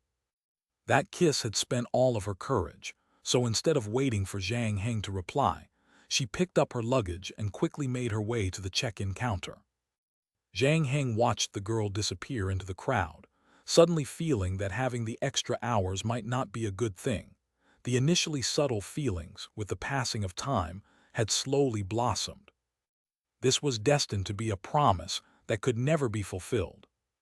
Zhang Heng sat on one of the seats in the airport alone, deep in thought, and finished the 2 cups of coffee quietly. In whatever country, airports and train stations were always places brimming with a sea of emotions. The wobbling elderly grandmother sending off her grandchild who was studying abroad, fussing over his backpack, the 4-year-old holding onto his mother's hand, waving goodbye to his father going overseas for work, not knowing that the next time they would meet again would be the following year. The girl who had just stepped down the plane running to her boyfriend's embrace in her heels. Then at the same time, there were people rushing home, while the others leaving somewhere far away. After swallowing last drops of the warm coffee, Zhang Heng got up, pulled up the zip on his jacket, and stepped outside into the snow. After that race, Zhang Heng had basically stepped into leisure mode. He was getting pretty good at Japanese and even scored full marks for his first monthly exam, which earned him 3 game points. His most significant achievement, though, was that wood carving, the second game item he found a month before. The one thing that had been bothering him was other than the racer workshop. It was common for societies to recruit new members every 2 months, especially the two related to cars. The 4WD Club and the Auto Show Model Photography Club, which, like their names suggested, were a gathering of a group of Chunibyo 1 and gentries. Zhang Heng had joined, patiently remaining in the clubs for 2 months only to learn how to scream, shooting star and cannonball at his own 4WD, and to determine by eye the model of a car from a picture, deduce bra sizes, and many other random strange skills. But Zhang Heng was still reluctant to give up because, according to his first game, whenever a cycle took place, he should have more than one valid option. After that, he decided to alter his thinking pattern, to stop focusing on organizations related to cars, but to broaden his search instead. So, he began paying attention to some of the more unusual groups. He thought about the altar that he had come across on the island and opted to join a club that studied mysterious happenings, and another that researched popular paranormal activity. Eventually, he discovered that his membership in the latter really did pleasantly surprise him. The woodcarving was a collection that belonged to the vice president of the club, who had claimed to have found it in Rakuten for only 500 Japanese yen. There was nothing special about the carving. It did not even have a face. But just like the rabbit's foot, when Zhang Heng picked it up, he heard the same announcement in his head: found a game item. He decided to buy it from the vice president, who was so happy that she presented it to Zhang Heng immediately, mainly because there were only 3 members in the club and the vice president valuing new members a lot. The wood carving was not worth much anyway, so she was more than happy to give it away. So that was how Zhang Heng got his hands on another game item, without having put in much effort. Although it was not difficult to get the game item, it was buried deep within the game. For other gamers who did have as much leisure time in the game like him, it would be tough for them to find hidden items like this. Chapter 52, Tokyo Drift End. With Amiko's departure, Zhang Heng's life as an exchange student also came to an end. He moved out of the dormitory of the International Exchange Hall and rented a small apartment outside the university. Taikta Tetsuya also taught him nearly everything he knew. Now, to improve his skills and technique, there was only continuous practice and relying on his talent.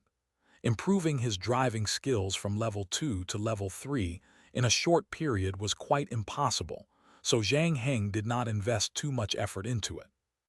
He participated in a couple of underground drifting competitions with his L300, earning him quite a bit of money.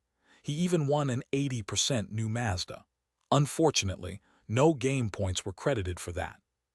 The money he made was enough to sustain him for the rest of his time in Tokyo, and since he would not be able to take it away with him, it was kind of pointless making more, so Zhang Heng did not continue racing. That mysterious mustard-color van that appeared and vanished so suddenly eventually became a legend in the Tokyo underground racing world.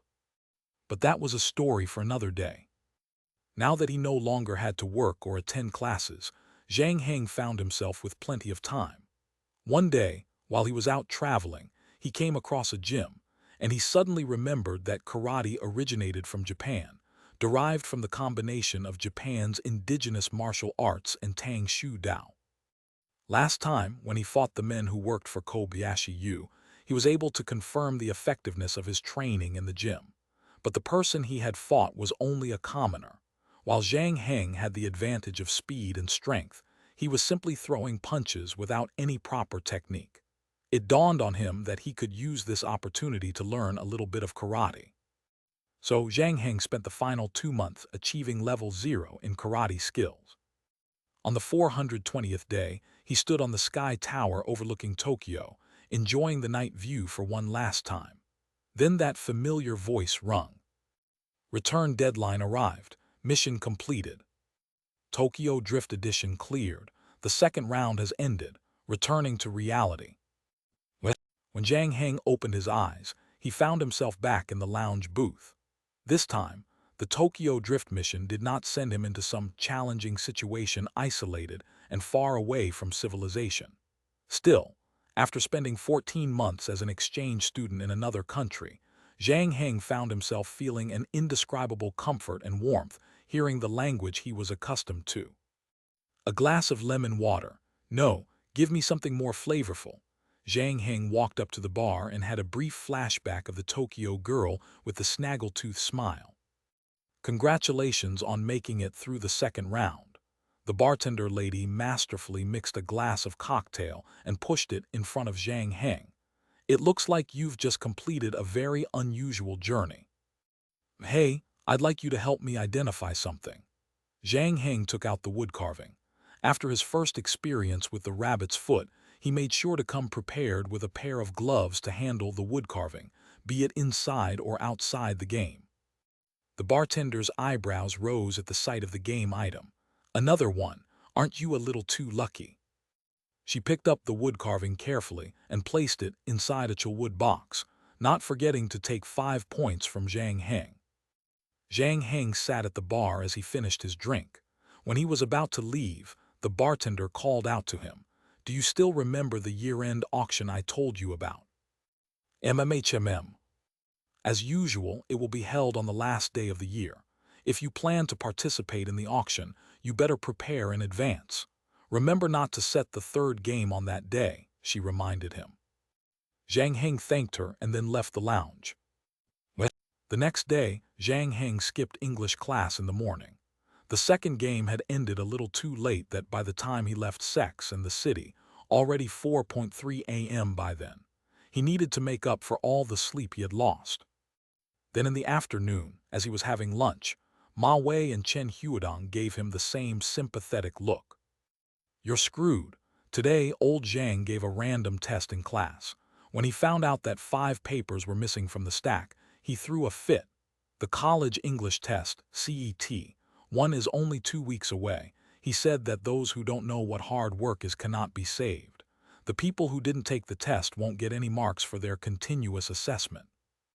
In most universities, exams were usually separated into 2 parts, continuous assessment and a final exam. The latter made up 70% of the final score, while the former made up the other 30%. These two combined made up the final grade. This 30% shouldn't be underestimated. It regularly determined if someone passed or failed a subject, either saving the person from failing or dooming a supposed pass to failure. Of course, the latter scenario was relatively rare. After all, there were no ongoing grudges between lecturers and students, so crackdowns on the students during the continuous assessments were uncommon. But if a person did not have any continuous assessment marks at all, it would be a severe problem. A student would have to score 86 out of 100 to get a credit, and English was a slightly more special subject, whereby the final results were graded based on the CET4 and CET6. 710 is the full marks, which means that to get a credit, you will need to score 609 points in the final exam. Ma Wei frowned. The passing mark for the CET6 is 425 marks. For a non-English major, 600 points and above was usually considered a high score. Even a nerd like him did not have the full confidence to be able to achieve that, especially not English, which was a subject that Ma Wei was slightly struggling with. Zhang Heng was speechless. If he had known about it, he would have fought his sleepiness and gone to class. But it was too late for him now. He simply had to find a way to get a score of 609 and above. In fact, if he was previously presented with this problem, he would have thought that it was impossible. But having learned English from Belle back on the island, Zhang Heng felt that the situation was salvageable. It was about 20 days away from the college English test. To him, that amounted to 40 days. When it came to his listening skills, there was nothing to worry about. The essay and grammar portions, though, still required some reinforcement. Zhang Heng did not expect to have to tackle English right after having to grapple with Japanese in Tokyo. Perhaps taking up a job as a simultaneous translator after graduation was a good idea. Later that afternoon, Zhang Heng ran to the library to borrow some books to get cracking on English when he suddenly ran into Shen Zixi. Without Cheng Cheng harassing her all the time, peace had been restored to her life. Although they had exchanged numbers after the camping incident, neither of them made the first move to contact each other. They would often meet on campus, and Shen Zixi would greet him liberally, but they were only friends. On the contrary, Chen Huadong and Su Jiang quickly became close friends after that day, even though there was still no confirmation that they romantically involved, but they had been hanging out together a lot lately, and it looked like success was on the horizon. Nowadays, Chen Huadong had foregone his games and no longer attended his anime club. Instead, he would spend his days shopping and walking around the streets with Su Jiang, betraying his club, Tiger Shark. Some loyal members even thought of burning him at stake. Since they were both there by chance, Zhang Heng figured that he might as well go up to her and say hi. Chapter 53, Moresby. Shen Zixi was sitting on her own by the window, reading intently. The warm sun rays lit up a side of her face, making her glow to the point that some guys sitting nearby were unable to focus on what they were doing. Zhang Heng forcefully quickened his pace. Hopping Shen Zixi would look up to see him waving at her. Seeing him, Shen Zixi put down the book in her hand and smiled. Since they were in the library, they had to be quiet. As they were not allowed to talk, they did not say anything else to each other. Zhang Heng found the book that he wanted, so he waved at her to say goodbye. But before he walked out of the library, his eyes fell on the half-opened book in Shen Zixi's hand, catching a glimpse of the title, The Criminal Personality. Of course, as someone who had read Bill of Quantities for water drainage, heating, and gas engineering, he was not qualified to question others' personal reading preferences. But Zhang Heng had to admit that this girl's hobby was somewhat unique, especially with her incredible observational skills and reasoning skills. Did she plan to work in the criminal investigation field? But then again, she was studying public relations. He had simply acquainted with Shen Zixi and was not about to interfere with others' life choices, so Zhang Heng went to another floor to study. He was simply surprised to discover Shen Zixi's interest in topics of criminal investigation. In between, he dropped by the canteen to have dinner, then in the library until its closing. Since he was going to return in an hour, he did not take the grammar book with him but left it on the shelf. Done with the washing up and brushing teeth, Zhang Heng checked his inbox and found an email from the Photography Society informing him that his work was shortlisted for the Urban Impression Theme competition, which would be entered into the judge selection section. He would know the results in about a week. He had been so busy recently that he had nearly forgotten all about this, joining the competition to see how much he had discovered. Making it through the intermediary contest was already meeting his expectations. As for getting the prize money and rewards, it would be great if he got them, but even if he did not, he would have no problem with it. Zhang Heng browsed forums and posts on his phone to pass the time. Midnight came quickly, and silence filled the whole town. He got dressed and was about to continue his revision in the library when he noticed that someone had sent him a text. It was an arbitrary message from an unfamiliar number. "I need your help. Meet me at the place we first met." This was the first text message he had ever received in still time. For countless nights, he had been the only one who could roam around the sleeping city while everyone froze in time. Right away, a figure in a tang suit and fedora popped into Zhang Heng's mind. Everything supernatural that had happened to him so far had to do with the strange old man. If there was someone who could enter this world, it would be that guy. From the looks of the message, it seemed that he was in some sort of trouble as well. Zhang Heng changed into his sports attire and went to retrieve his SF recurve bow from the archery range, then bought a small knife from the outdoor sporting goods store next door and strapped it to his waist. After he was done, he jumped on a yellow public bike and cycled to the Maid's Cafe. The door into the mall was uncharacteristically unlocked and half open, a light coming from within. Zhang Heng unstrapped his bow and armed it with an arrow, treading as carefully and quietly as he could. I really liked that milk tea shop on the second floor, but there's always a long line. It's seldom empty like it is now, but then again, at least there's one to make a cup of milk tea for me. Perhaps this is life. It's difficult to find the best of both worlds. The old man in the Tang suit sighed. Sitting on the handle of the stationary escalator, he was dressed in the same way as they first met 2 months ago. This time, however, he wore a baseball cap instead of that formal hat. Other than that, everything else was nondescript. The old man was holding a bag of M&Ms, which he tore open before emptying half of its content into his mouth. Zhang Heng put down his bow and said, "Forgive me for being indiscreet, but you don't look like you need any help. Trust me, I care more for your privacy compared to all the employers you'll find out there. I wouldn't come to you unless something dire happened," said the old man as he chewed on the M&Ms. "Serious? We'll talk about it on the way. We don't have much time." The old man poured the rest of the chocolate-coated candies into his mouth and then got up. "Let me ask you a question. You've probably played 2 rounds of the game now. What kind of skills have you acquired?" "Wilderness survival skills, archery skills, and driving skills." Zhang Heng listed all of his level 2 skills. "That's a pretty good start. You'll be able to use them soon. Right now, find us a mount first. Oh, sorry, old habits die hard. Go get the car." The old man tossed a set of car keys to Zhang Heng. "Black Audi A6, car park B34, 1 level down. I promise I'll tell you everything in the car." Zhang Heng took the elevator down to the parking lot and was able to locate the car pretty quickly. When he opened the glove compartment, however, he spotted a driver's license belonging to a heavily set guy called Wang Jiangguo. It was obviously not the old man. The guy in the picture looked at least 20 years younger.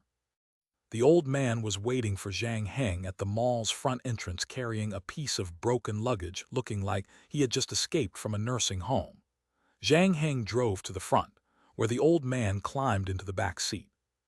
"Don't mind these small little details. You have probably done some things in the game that you would never have in the real world, right? Considering the enemy we're going to face, you wouldn't make me sit in the front on our way to battle." "What enemy?" Zhang Heng asked. "There's a tribe called Alkas in Papua New Guinea. Their ancestors traveled to that place early in the days and fought a few battles with the island's overlord Huli tribe. Both sides won and lost. Even though the Alkas soldiers were very mighty and brave, each of them as powerful as 10 men combined, an underpopulation problem developed as the war continued. For every Alkas, there was 20 Huli. If they continued to deplete in numbers, they would soon be wiped out. In desperation, the Alkas offered prayers to a monster called Moresby. They offered the old, weak, and lame as sacrifices to Moresby. In return, the monster aged the Alkas bobbies into able-bodied young men in the span of a few months so that they could have one batch of soldiers after another. Thankfully, in the end, the tribe was snuffed out by the Huli tribe. Everything related to the Moresby, its totems, the altars all destroyed. In most circumstances, this meant that the monster was also exterminated. But by the way, I really hate this phrase, but Moresby is a monster with time attributes, making it very difficult to completely eradicate it. In the last moment, it somehow found a way to seal itself into a small stretch of time, escaping death.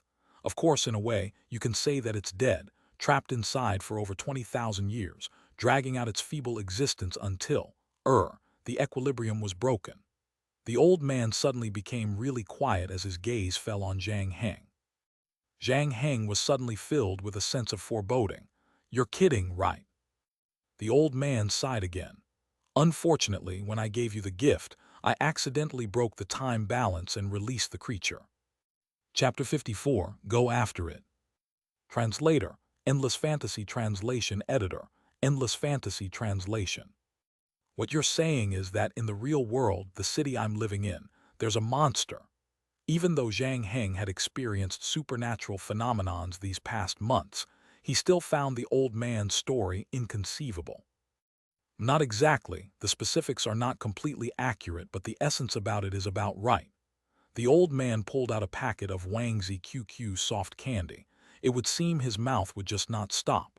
But don't worry, after losing the Alcaz's worship, it's in the weakest it has ever been. In my heyday, dealing with this kind of low-life pest is just a matter of snapping my fingers.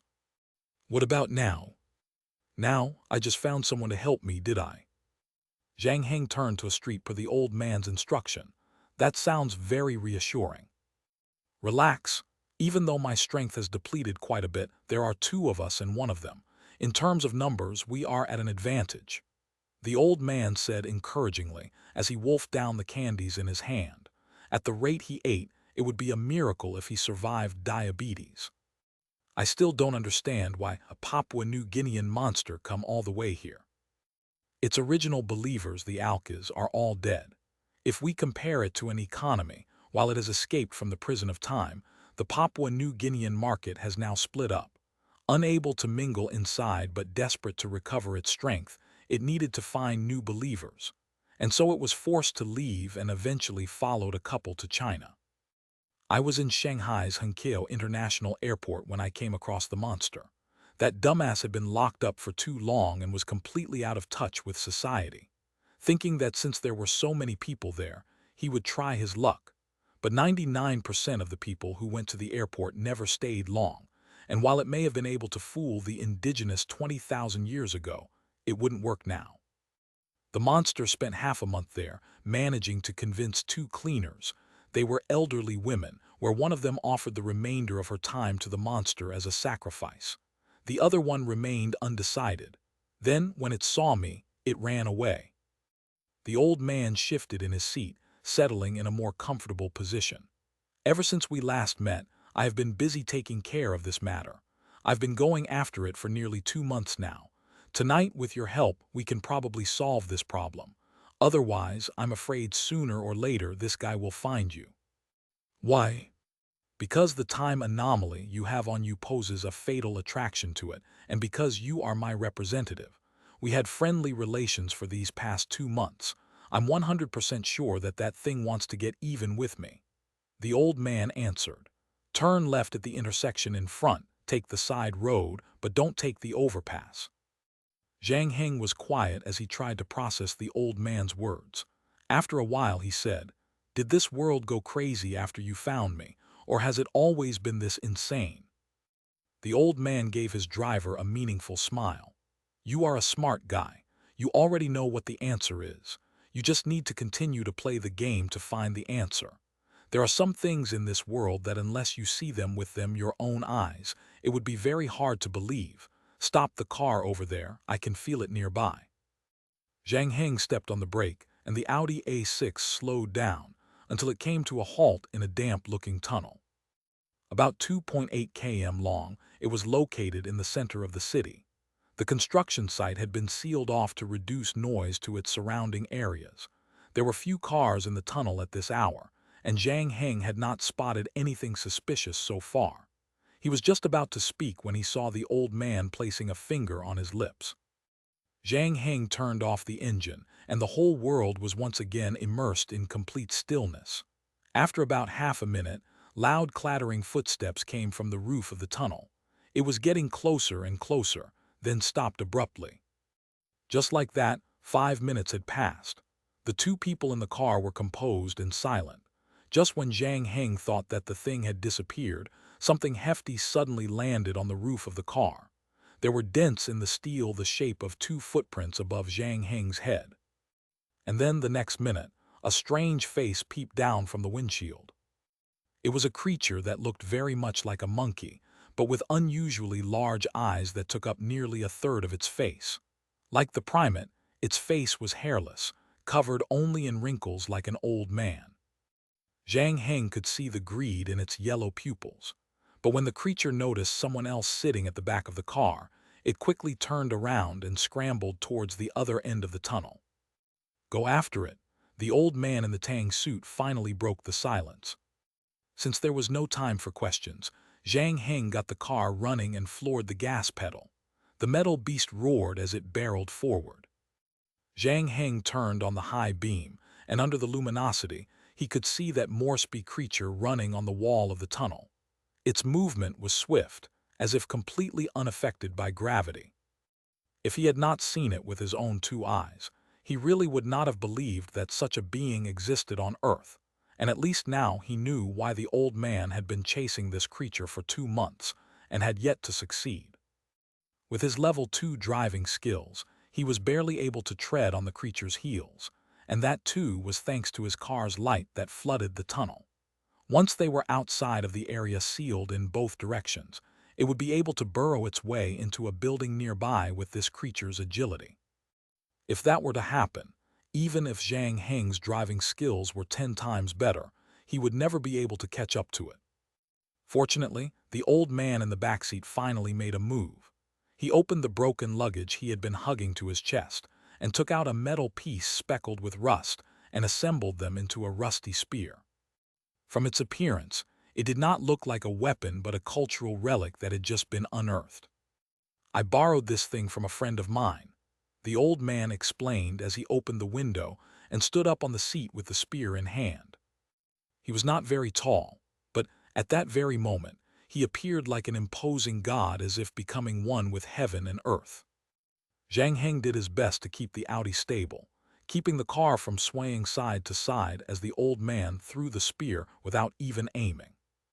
When the spear left his hand, it exploded into a burst of light, flitting across the sky like a bolt of lightning. As it sensed the incoming danger, the Moresby creature gathered even more speed and began to jump frantically. But no matter how hard it tried to avoid it, the spear remained firmly locked onto it as if it was equipped with a tracking device. Finally, the creature pushed itself to its limits, and just when it was about to escape the tunnel, the spear punctured it from the back into its heart and out through its chest. Moresby dropped as if he had been drained of all strength and fell motionless onto the asphalt road. Chapter 55, Reward. Translator, Endless Fantasy Translation. Editor, Endless Fantasy Translation. Everything happened so quickly from the moment the creature started fleeing to the moment it was hit. Zhang Heng did not expect the battle to end so soon. As the smallish was falling midair, he decelerated and stopped right at the tunnel opening. The old man in the Tang suit stepped out of the vehicle, bent down, and checked the creature's breathing. "Is it over?" Zhang Heng pulled the handbrake and exited the vehicle. "I wish I could say yes, that it's over and that the both of us could go wherever we want, do whatever we want, but something seems off about this. The hole was just too easy." The old frowned. "I've been going after the creature for 2 months. If it were this easy to kill, it wouldn't have lasted until today." "From your understanding of this creature, think it still has some tricks up its sleeve." Zhang Heng stepped closer. The thing had appeared on the windshield, but he did not get a good look at the creature. Now he could finally see it up front and personal. The creature was slightly bigger than a monkey, about the size of a 6 or 7-year-old child with small, short limbs. Other than its hairless face, its body was covered in gold hair, which was why Zhang Heng's first impression of it was that it resembled a monkey. But the one thing that caught his eye most was the reproductive organ in between the creature's legs. It was 3 times the size of a grown man. Zhang Heng was sure that this thing did not belong to any known species on Earth. Reproduction worship. Many of the indigenous people have similar preferences. Also, you seem to have misunderstood something. I may look old, but I'm not as old as you think I am. Moresby is a 20,000-year-old monster. Like you, I don't know anything about it. So, thanks to Google and Wikipedia, I was able to find some information about it on the internet. The old man pushed himself off the ground and pulled out the spear from the corpse. He was about to say something when he suddenly froze. There was a transparent, sticky substance dripping from the spear. "This is great," the old man exclaimed. But then a silhouette jumped down from above. Who would have thought that there was another Moresby? It was fast, pouncing on the old man so hard he fell to the ground. Then it opened its mouth to bite the old man's neck, only to be stopped by something. The old man was in terrible condition. His baseball cap had fallen off his head, and his hair and clothes were disheveled, desperately holding onto the spear to defend himself. The old man was not as strong as the Moresby creature. The horizontal spear was getting closer to his chest by the moment. Zhang Heng thought that the old man would use that trick he used back in the maid's cafe, but he did not realize that the old man's strength had weakened to this extent. Or maybe he just could not rewind time when in still time. Whatever it was, he looked like he was in deep trouble. Zhang Heng knew what he had to do, so he ran back to the car as fast as he could and grabbed his SF recurve bow and arrows, tightly aiming at the creature. There was no way he could miss at such a short distance. Thwack! The arrow pierced the skin of the creature as expected, but did not penetrate any further. Zhang Heng was taken aback. He had just witnessed that rusted spear puncture the Moresby's chest effortlessly. He thought that the creature was not that strong, but now it looked like the creature's muscles were so robust it was akin to a small tree. The Moresby turned around to glare at its attacker, but it did not do anything else. It could obviously tell who was a bigger threat to it and decided to get rid of the old man first, then taking care of Zhang Heng. Zhang Heng shot it twice again, and when he realized that it was useless, he tossed his bow and arrow aside and ran to the back. The old man thought Zhang Heng was going to take the car and leave. That would be extremely stupid because if the old man died, he would not be able to outrun the Moresby alone. But 7 seconds later, the old man could see that the black Audi had not left but was coming towards him at full speed. The glaring high beam blinded his eyes and also affected the creature's vision. Wham! The creature was knocked over and the Audi's hood caved in. In the last second, Zhang Heng slammed on the brakes, its impact violently throwing his head forward into the inflated airbag.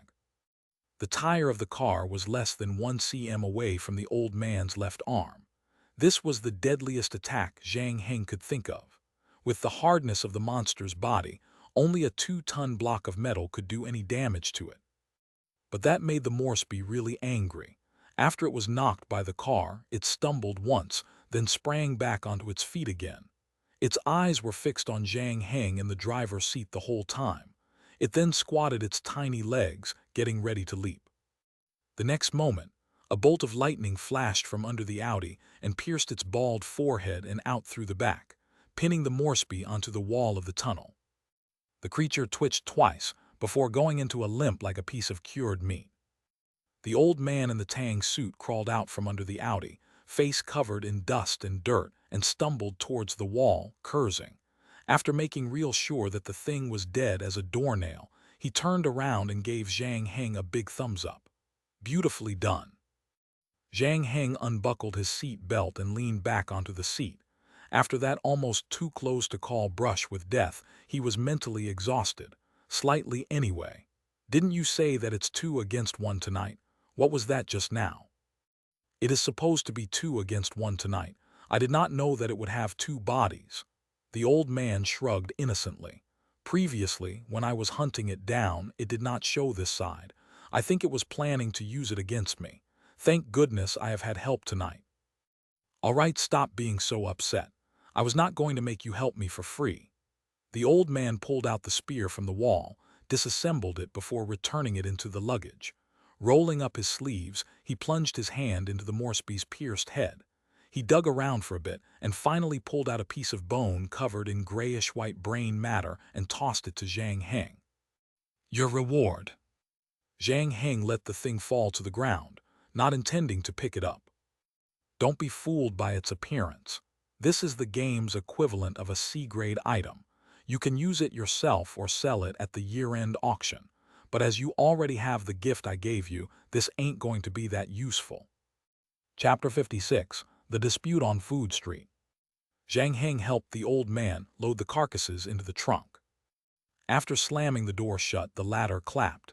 Typically, I should be bringing you somewhere and buy you a drink to thank you, but unfortunately, we won't be able to find any bar that is still open at this time. So let's part here. You can just leave the rest to me. The old man offered his hand, and Zhang Heng shook it. Something up in the north. I better go return the weapon and see a few of my old friends. I will be out of the country, so we won't be seeing each other for a while. We were not supposed to meet so soon anyway. Thank goodness this is during still time, so it's not that big of a problem. Finally, I wish you success in the upcoming CET-6 exam." The old man climbed into the driver's seat and cut away the deflated airbag with a small knife. Just as he was about to start the car, Zhang Heng called out and asked the question that concerned him the most. "Wait, are there many types of these monsters here on Earth?" The old man chuckled. "A very long time ago there were actually quite a few of them, but now," he pointed at the lucky rabbit's foot hanging from Zhang Heng's keys, and then the bloody bone wrapped in tissue.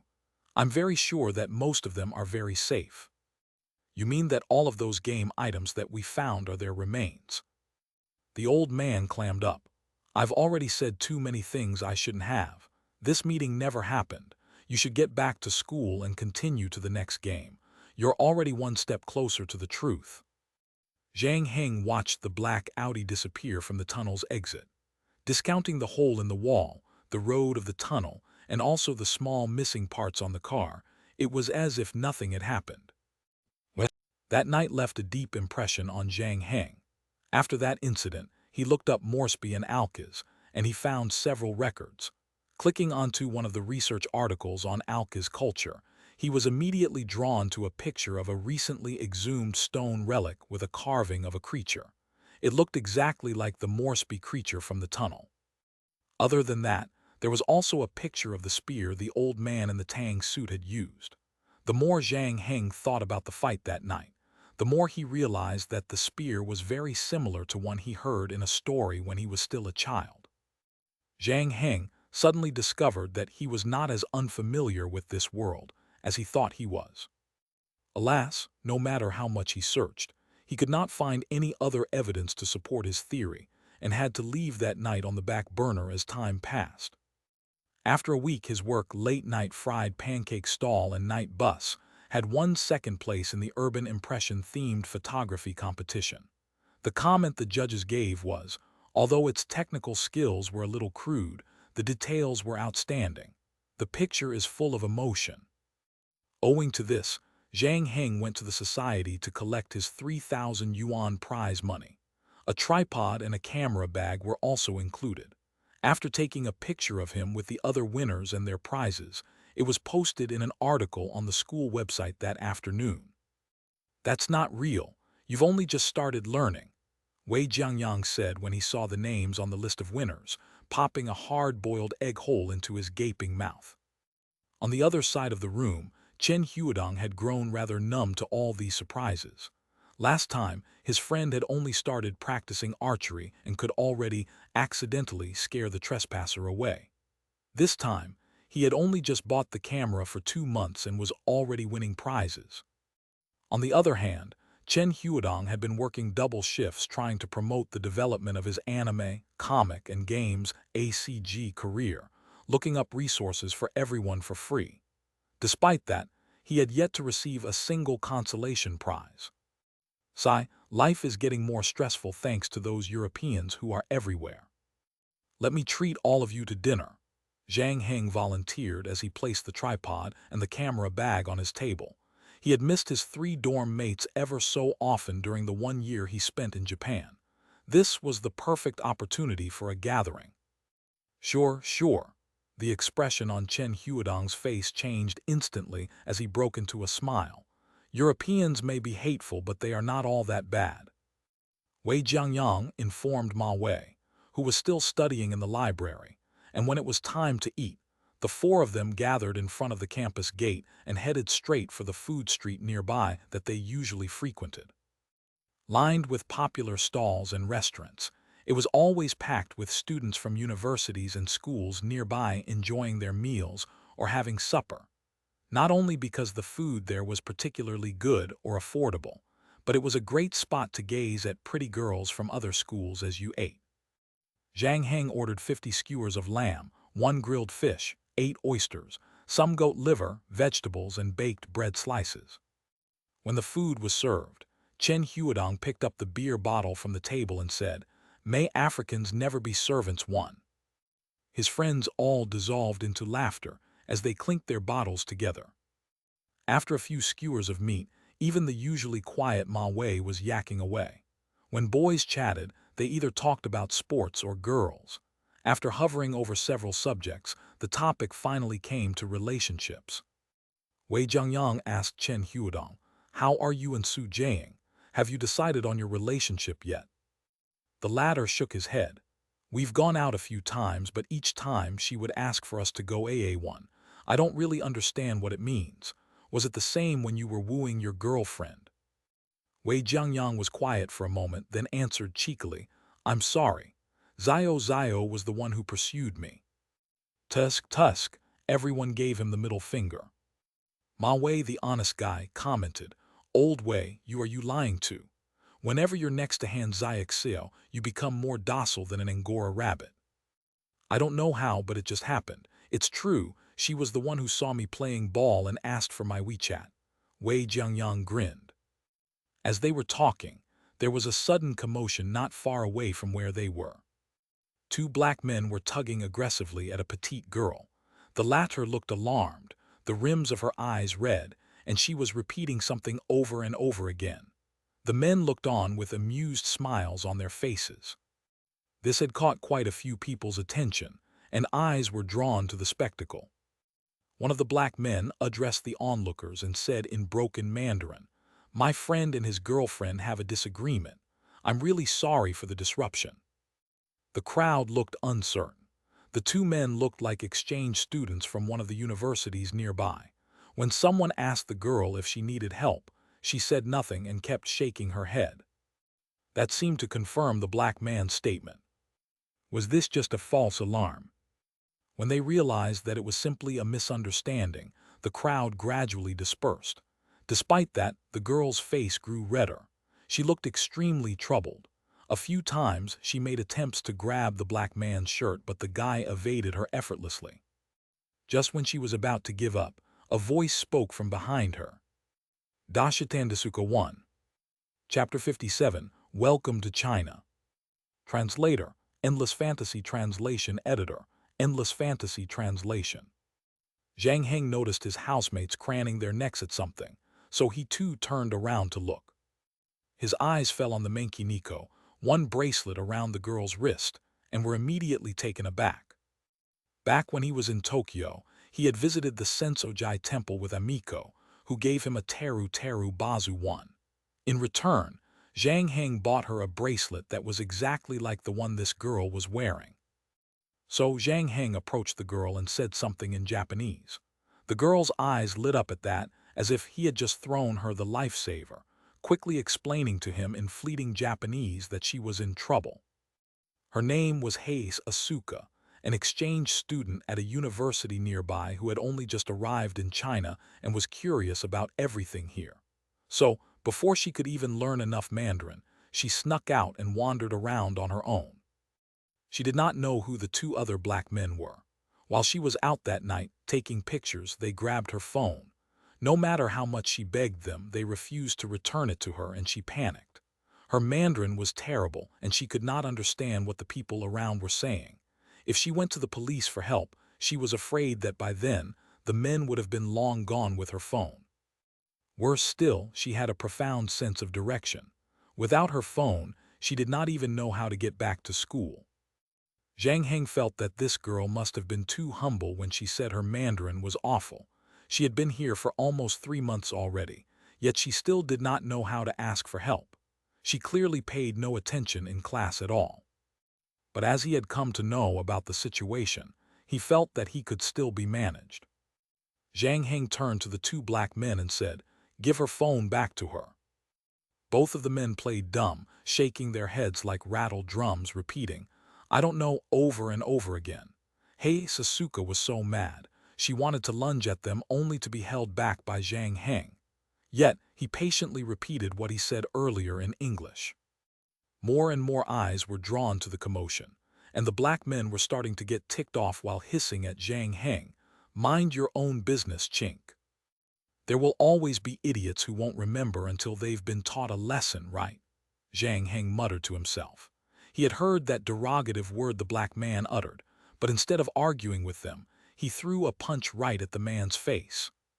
He held nothing back, letting his fist break the man's nose, which also sent a slight, sharp pain up his knuckles. When the other guy saw his friend getting attacked, he was furious. His angry eyes and muscular physique looked menacing in the dark of the night. Hei Sasuke took 2 steps backward, but Zhang Heng remained where he was. The black guy raised a curled first, but before he could even swing it, all the customers sitting at the tables nearby got up. The food street was mostly populated with university students, generally hot-blooded and unafraid, unlike the old and the middle-aged, who were more concerned about international relations.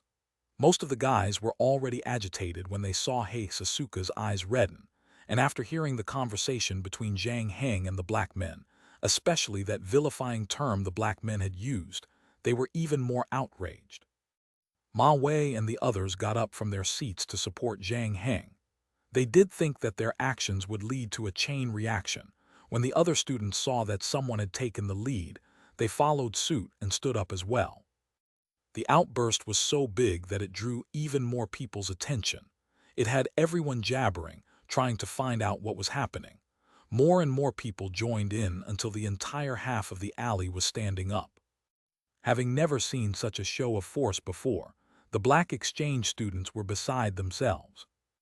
The pressure of standing in the middle, surrounded by a mass of people, was unimaginable. Tonight, even if it were Tyson who was in this situation, he would have been terror-stricken too. The black man finally realized what a big mistake he and his friend had made. Many of these exchange students were not exactly model citizens in their own countries. Only when they were no longer welcome there did they escape to this ancient, Eastern country, choosing whichever school they wanted, free accommodation, and could even apply for subsidies. With their pride and glory being part of the face-saving culture, whenever they had any sort of conflict with other students, the school would always stand by them for the sake of the bigger picture. So eventually, after a while in this foreign country, they began to lose their bearings and became conceited. Tonight, the both of them were out looking for fun, and when they spotted the Japanese girl, they thought of a heinous idea. Grabbing the girl's phone was not their real motive. What they really wanted to do was to use the phone to trick her into getting a room with them.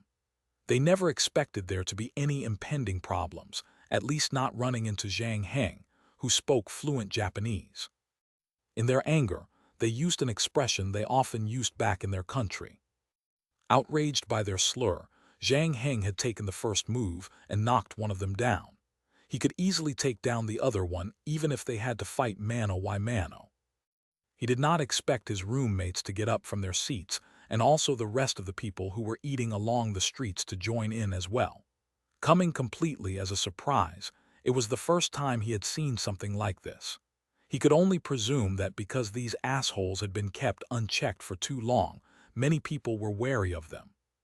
In the end, Zhang Heng said to the other black man who was now petrified, "Welcome to China." The culprit then quickly returned the phone to Hei Sasuke, then ran away from the scene with his bloody-nosed friend. Someone started to cheer, and the rest of the street followed. Wei Jiangyang ran to his roommate, exhilarated. "That was incredible. We will be bragging about tonight 10 years down the road. Did you see how, when everyone stood up together, that black men nearly wet his pants?" Ma Wei stuck out a thumb and said, "Virtuous macho men." The ecstatic one was Chen Huadong. He fumbled excitedly, "Since when did you learn how to speak Japanese? When did you learn Japanese? My God, is that even natural? Is that even natural?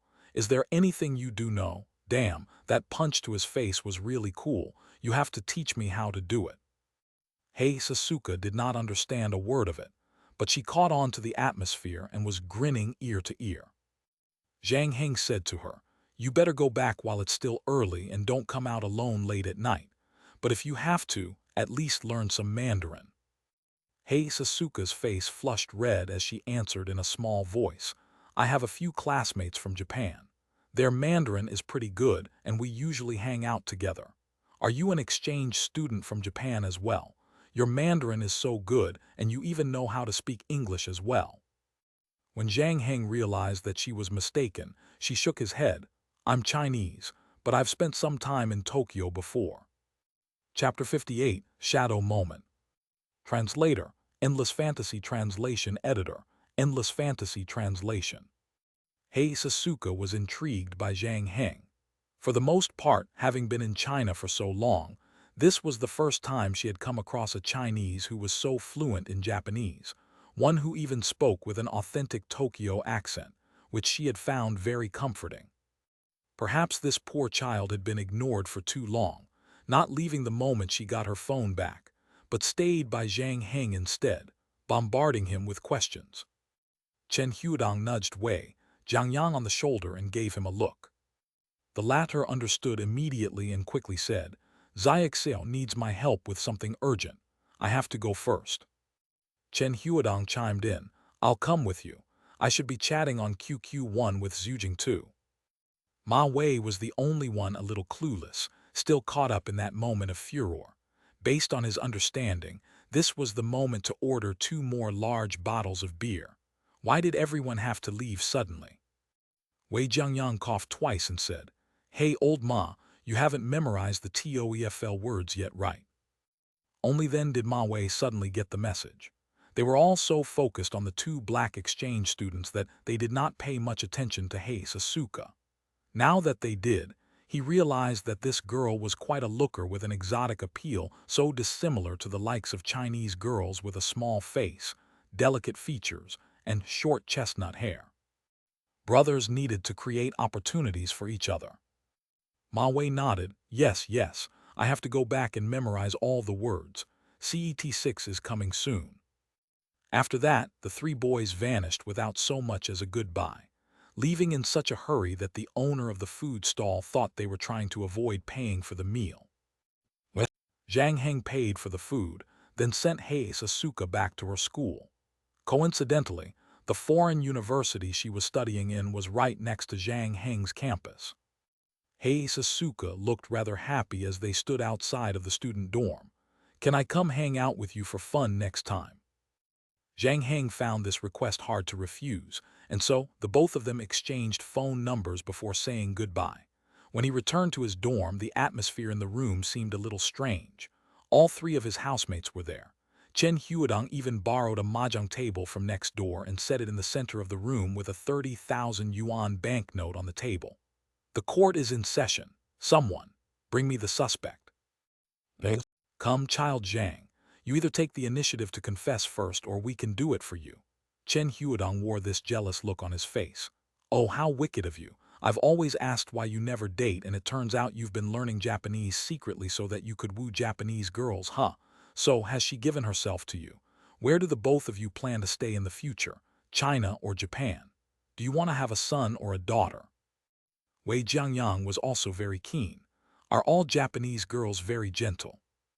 "You guys are overthinking. We were just making friends," Zhang Heng said. "Ask your conscience. You think what you did is worthy of Shen Zixi waiting for you for years?" asked Chen Huidong. When Shen Zixi's name was mentioned, Wei Jiangyang suddenly had this strange expression on his face. He thought about it before deciding to ask Zhang Heng, "Have you been in contact with Shen Zixi recently?" Zhang Heng raised an eyebrow at that question. "Why?" "There's been a not-so-good rumor about her recently," Wei Jiangyang answered hesitantly. "Apparently, some time ago, someone saw her get into a black Mercedes after curfew." "No way. She doesn't look like that kind of person. She comes from a pretty good family and probably shouldn't be short on money to spend." Gossip really was the most irresistible. Chen Huidong's attention quickly turned away from Zhang Heng and his new Japanese friend. Wasn't she very cool towards Chen Cheng? Ma Wei turned around from his books to say, "I heard about that too. Some people say she was just pretending, playing hard to get." Although he always focused on his studies, he was not a lone wolf like Zhang Heng. Shen Zixi was the prettiest girl in the public relations department, the dream lover of many boys, so naturally, rumors about her would spread really quickly. "It's probably a relative or friend." Zhang Heng did not know Shen Zixi that well and was not in the position to comment. But ever since that camping trip, she left quite an impression on him. She was a brilliant girl. He did not quite believe this rumor. "Who knows?" When Chen Huadong saw that he was not going to squeeze any valuable information out of Zhang Heng, he returned the mahjong table to their neighbor and returned to playing games on his computer, sulking. The others also returned to their respective areas in the room. Zhang Heng decided to take shower. When he opened his closet, a wooden carving sitting in the corner caught his eye. This thing was returned to him 4 days ago, also sent by post. Name Shadow Moment. Grade D. Usage could place the user in shadow form lasting for 3 minutes. Can only be used under conditions where shadows can be manifested. Number of uses, 3. This was the second supernatural item that Zhang Heng had found. In reality, it could only be used 2 more times. He had no choice, at least needing to try it out once. Unlike the lucky rabbit's foot, the shadow moment was the kind of item that needed to be first activated. He had to carve his name at the bottom of the statue and focus his mind on visualizing a crow for the thing to take effect. According to Zhang Heng's experiment, this transition into shadow form actually made the person's physical body disappear, leaving only a shadow. As for the conditions stated at the end, it merely meant that it could only be used when he had a shadow. The way to get out of shadow form was also very simple.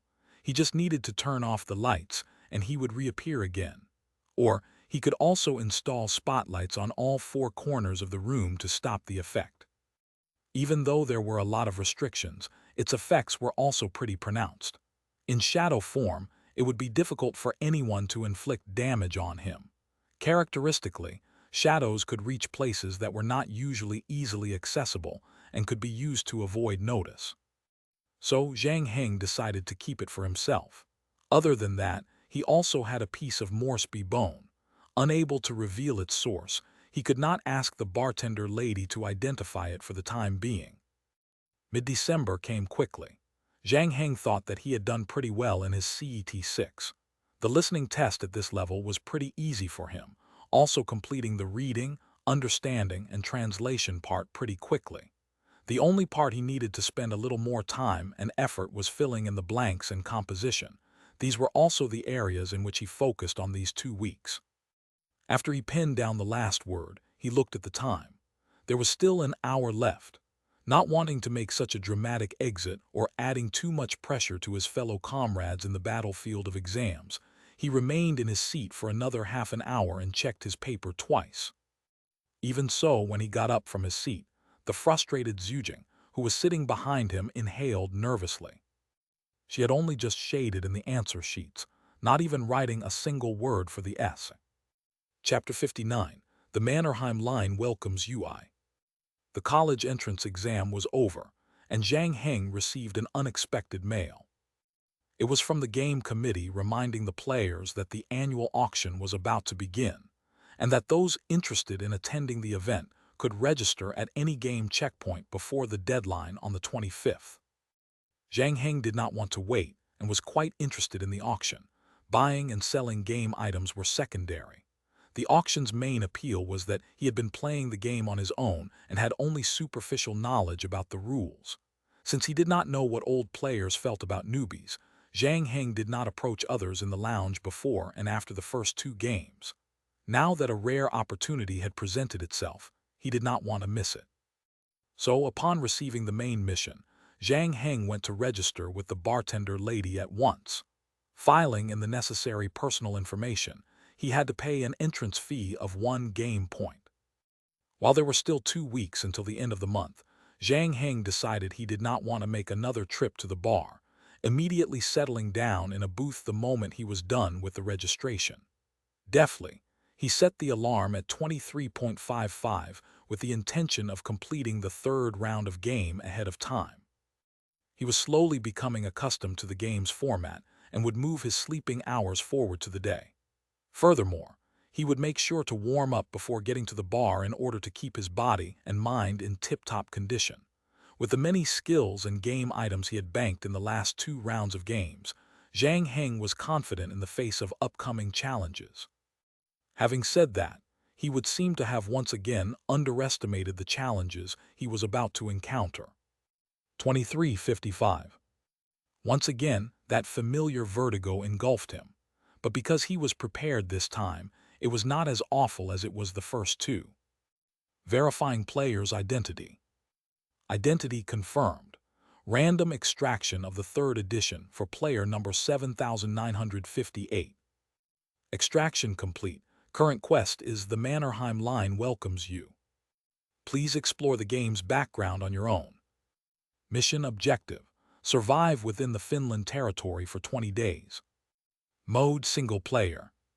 Time flow rate 120. 1 hour in the real world is equivalent to 5 days in this game. After 20 days, the player will be extracted and returned to the real world. A friendly reminder: the game will begin in 5 seconds. Players, please get ready. The moment the countdown ended, the first thing that Zhang Heng felt was frigid cold. He opened his eyes and saw that he was standing in a snow-covered forest. Whenever exhaling, his breath would quickly condense into ice crystals. This was the first time he had ever experienced a situation like this. The game did not provide any backstory at the beginning of the game, instructing him to explore it himself instead. From the mission objective, he could confirm that he was in Finland. The Nordic pine trees all around him verified that fact as well. Zhang Heng's knowledge of Finland was that it was a country with little human interference. Lush green forests took up 75% of the land area, and a third of its territory lay within the Arctic Circle. But this country, Zhang Heng had never really heard of any perils within it. Why was this mission's objective to survive like the first game? Despite the fact that he was once again faced with a communication problem, Finland's primary languages are Finnish and Swedish, which would make it impossible for Zhang Heng to be employed. He could simply roam around the forest and quickly make it through 20 days with his level 2 wilderness survival skills. Even so, Zhang Heng was not careless. The timing of the game this time was very anomalous. The exchange ratio between the real world and the game world was very low, and the overall gaming period was also the shortest out of the 3 so far, an indication of the degree of danger in this game. Other than that, the title of this edition, Mannerheim Line welcomes you, sounded very familiar, but he could not, for the life of him, remember where he had heard it. Routinely, Zhang Heng checked his current status. Name: Zhang Heng. Gender: male. Age: 19.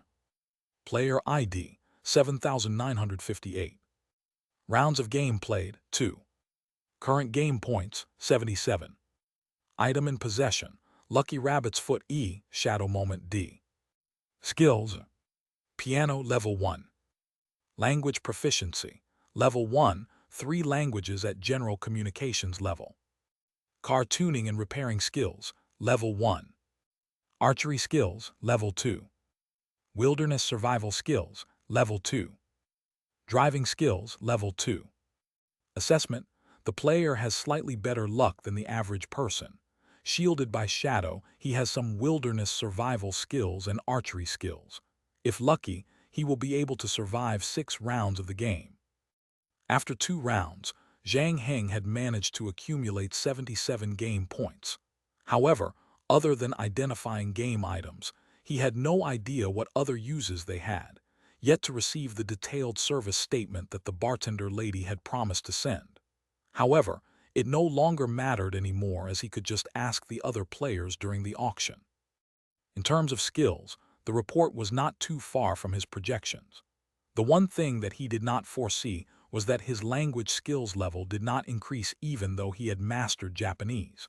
But considering that there were over 5,000 languages in the world, it was an acceptably fair verdict. The other one was the addition of the Shadow Moments protection in the assessment section, which raised his survival expectancy to 6 rounds. After inspecting his character profile, he checked the belongings he carried. Perhaps due to an absence of background introduction, he was actually wearing his own clothes this time, which consisted of his A6 autumn-winter runners, a black lee-down jacket and jeans. Even though he was also wearing a set of thermal underwear underneath. One should know that winters in Finland could reach a toe-biting -20 degrees Celsius, which meant he was still feeling really, really cold. His first priority would be to locate a store and procure warmer clothing. Zhang Heng rubbed his hands together to keep them from freezing. He had his wallet and phone with him, but there was not much of a signal out here. The electronic compass could still be used, but without GPS, he had no idea where he was. The only thing he could do was trust his instincts and pick a direction. After walking for around half an hour, Zhang Heng spotted something in the snowy pasture. He picked it up and found that it was a metal helmet. The style was a little strange, with a big hat and outward protective ear covering, and a raised metal ridge sitting on top. Evident by the bullet hole and the bloodstains on the inside, it now seemed that this object failed to protect its owner's life. Looking down at the object in his hand, Zhang Heng was filled with uneasiness. But before he could even examine this premonition, he heard a series of gunshots. He instinctively ducked to the ground, but after a while he could ascertain that shots were not fired in his direction. They were a distance away, probably two people firing at each other, where one was in pursuit of another. As they were not heading toward his hiding place, Zhang Heng waited patiently for the gunshots to move further away before standing up and emerging from behind the tree. Although he could still be in danger, Zhang Heng decided to explore the location where the shots were fired, needing to verify some things before deciding his next move. Chapter 60. The Mannerheim Line welcomes you. Zhang Heng knew that he was in deep trouble the moment he saw the two bodies on the ground. The Soviet military uniform was too easily identifiable, its field uniform with red edges, the boat-shaped gray and green beret, the red five-pointed star on the cuffs. Combined with the Mannerheim Line welcomes you title, Zhang Heng's premonition radar hit its peak. He was in Finland for sure, not modern-day Finland but Finland during the Winter War. His cumulative reading proved to be very useful this round, being able to retrieve information from his memory about the Winter War. On the fringes of World War II, the Soviet Union and Germany signed the infamous German-Soviet Non-Aggression Pact in Moscow, delimiting both parties' sphere of influence in Europe. In August, Germany invaded Poland. Unwilling to be outdone, the Soviets occupied 3 Baltic states, then proceeded to set its sights on Finland, who had just proclaimed independence.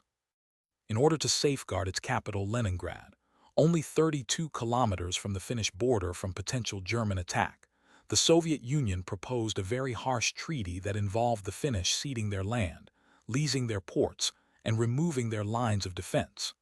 After Finland's rejection of the proposal, the doctored November 30th artillery bombardment of Manila ignited a war. Considering the military strengths of both parties, the general global opinion at the time was that the war would end in 2 weeks. But in reality, this battle lasted until February of the following year, when the Soviets finally broke through the Mannerheim defense line. In March, due to the artillery and massive ammunition shortages, Finland signed the Moscow Peace Treaty with the Soviet Union, in which they were forced to surrender 10% of their national territory, including Karelia, Finland's second-largest city Viborg, 1/5 of their industrial output, and 30% of their pre-war economic assets. Some 220,000 occupants were repatriated, where only a handful chose to stay and join the Soviet Union. As it turned out, this war also laid the groundwork to Finland joining the Axis. Zhang Heng did not care much about who was standing on the side of justice in this war. After all, World War II had already ended more than 70 years ago, and this was merely a game. He only needed to figure out how to survive and live through this ruthless war. Because of his additional 24 hours, the game was extended to 140 days, which made it extremely disadvantageous for him. There was nothing he could do about it, being unable to predict what the next game was, nor did he know how long the duration of each would be. Since he had enjoyed the additional benefit of an extended period, it was only reasonable that he would have to bear an equal amount of risk involved. Fortunately, the Winter War only lasted for 105 days. From the looks of it, they were probably at war for some time now. So, strictly speaking, not all of his 140 days here would involve battle. Now, logically, whenever there were 2 opposing camps in a game, the player would have to choose one side. Based on the denouement of the actual war, the winners were decidedly the Soviets. Whether in terms of equipment superiority, number of troops, tanks, and fighters, Finland was at an absolute disadvantage. From the moment the war was waged, the brutal epilogue had already been decided. Regrettably, though, this reaping the fruits of the winner's labor, gameplay was not suitable for this peculiar Finnish winter war. Zhang Heng knew precisely how brilliant the Soviet commander's performance was during this war. The Soviets invested nearly 1 million troops and dispatched more than 6,000 tanks to fight the Finns, who only had 32,000 standing armies and 32 tanks. The Soviets, who had dominance over the airspace, fought the Finnish guerrillas. The results were a shocking 30-1 in terms of losses, the latter having only lost 900 soldiers against the Soviets, who lost over 27,000 men. On the battlefield, the Soviets did not gain any advantage over their enemy. The Soviet body count was piling up in the Manila defense line, exhausting Finland's ammunition with their own flesh and blood. The total Finnish casualties from the war were 70,000 people, while the Soviet Union's total death count went up to a tragic 600,000. Even though the Soviets won the war in the end, they actually gained nothing from their victory. On the contrary, it exposed their weaknesses to the West, and this Pyrrhic victory procured at such a great cost encouraged Little Mustache I to attack them later on. From this perspective, Zhang Heng might as well join the vanquished Finns. Still in all, reality was harsh. Zhang Heng could neither speak Russian nor understand Finnish, his yellow skin and modern clothes making him stand out like a sore thumb in this war. He would not be able to explain why he was there, and even if he was willing to surrender himself to either side, no one would be willing to take the risk of accepting him. The best idea Zhang Heng could come up with so far was to allow himself to be captured as a prisoner of war, but he was more likely to end up being shot by some mentally traumatized soldier that way. Zhang Heng smiled bitterly. While able very quickly to make sense of the environment he was in, he had already forgotten the many details about the Winter War. Even if he did remember them, it was still useless. He was neither familiar with Finland, nor was he the commander of a troop. All that information would have been useless anyway. Right now, he would just have to take it one step at a time. Not knowing when the Soviets would come to collect the remains of their fallen comrades, Zhang Heng peeled a coat off a corpse and put it on himself as quickly as he could. That khaki uniform clearly had not been washed for a long time. It was stained with stale blood and sweat that gave it a putrid stench. For the sake of keeping warm, though, Zhang Heng could not afford to be picky. There was also a pistol and what looked like a machine gun on the ground. The latter looked strange to him with a giant mosquito coil at the top. Zhang Heng could not tell which model that thing was since he had little knowledge much about guns, especially not World War II firearms. But whatever it was, it looked like it had much better firepower than the pistol lying next to it. In the end, however, after much deliberation, Zhang Heng chose to go with the pistol, largely because the machine gun was too heavy. He tried carrying it and felt it was at least 10 kilograms. The gunfire he heard earlier had already stopped. It was evident that both sides had stopped engaging, and chances were the Soviets would come back. Upon discovering that their comrade's body had been moved, it was very likely they would begin searching the area. Zhang Heng was worried that he might not be able to get away fast enough if he carried that hefty thing. Other than the pistol, he also lugged around a canteen and a bag pack. He did not have time to look at the contents of the bag, for he could hear footsteps approaching. In his haste, Zhang Heng had not taken into account that those guys might have split up. The place where the firing had only just stopped was still a distance away, and already someone was returning. It was impossible for him to set an ambush. Although the Soviets' performance in the Winter War had been lambasted by various military forums every once in a while, they were still trained professionals and were a collective. Zhang Heng was on his own, and this was his first time handling a firearm. In times like this, a head-on confrontation would be a real bovine move. There was no need for him to dilly-dally, so he carried his loot and ran for his life.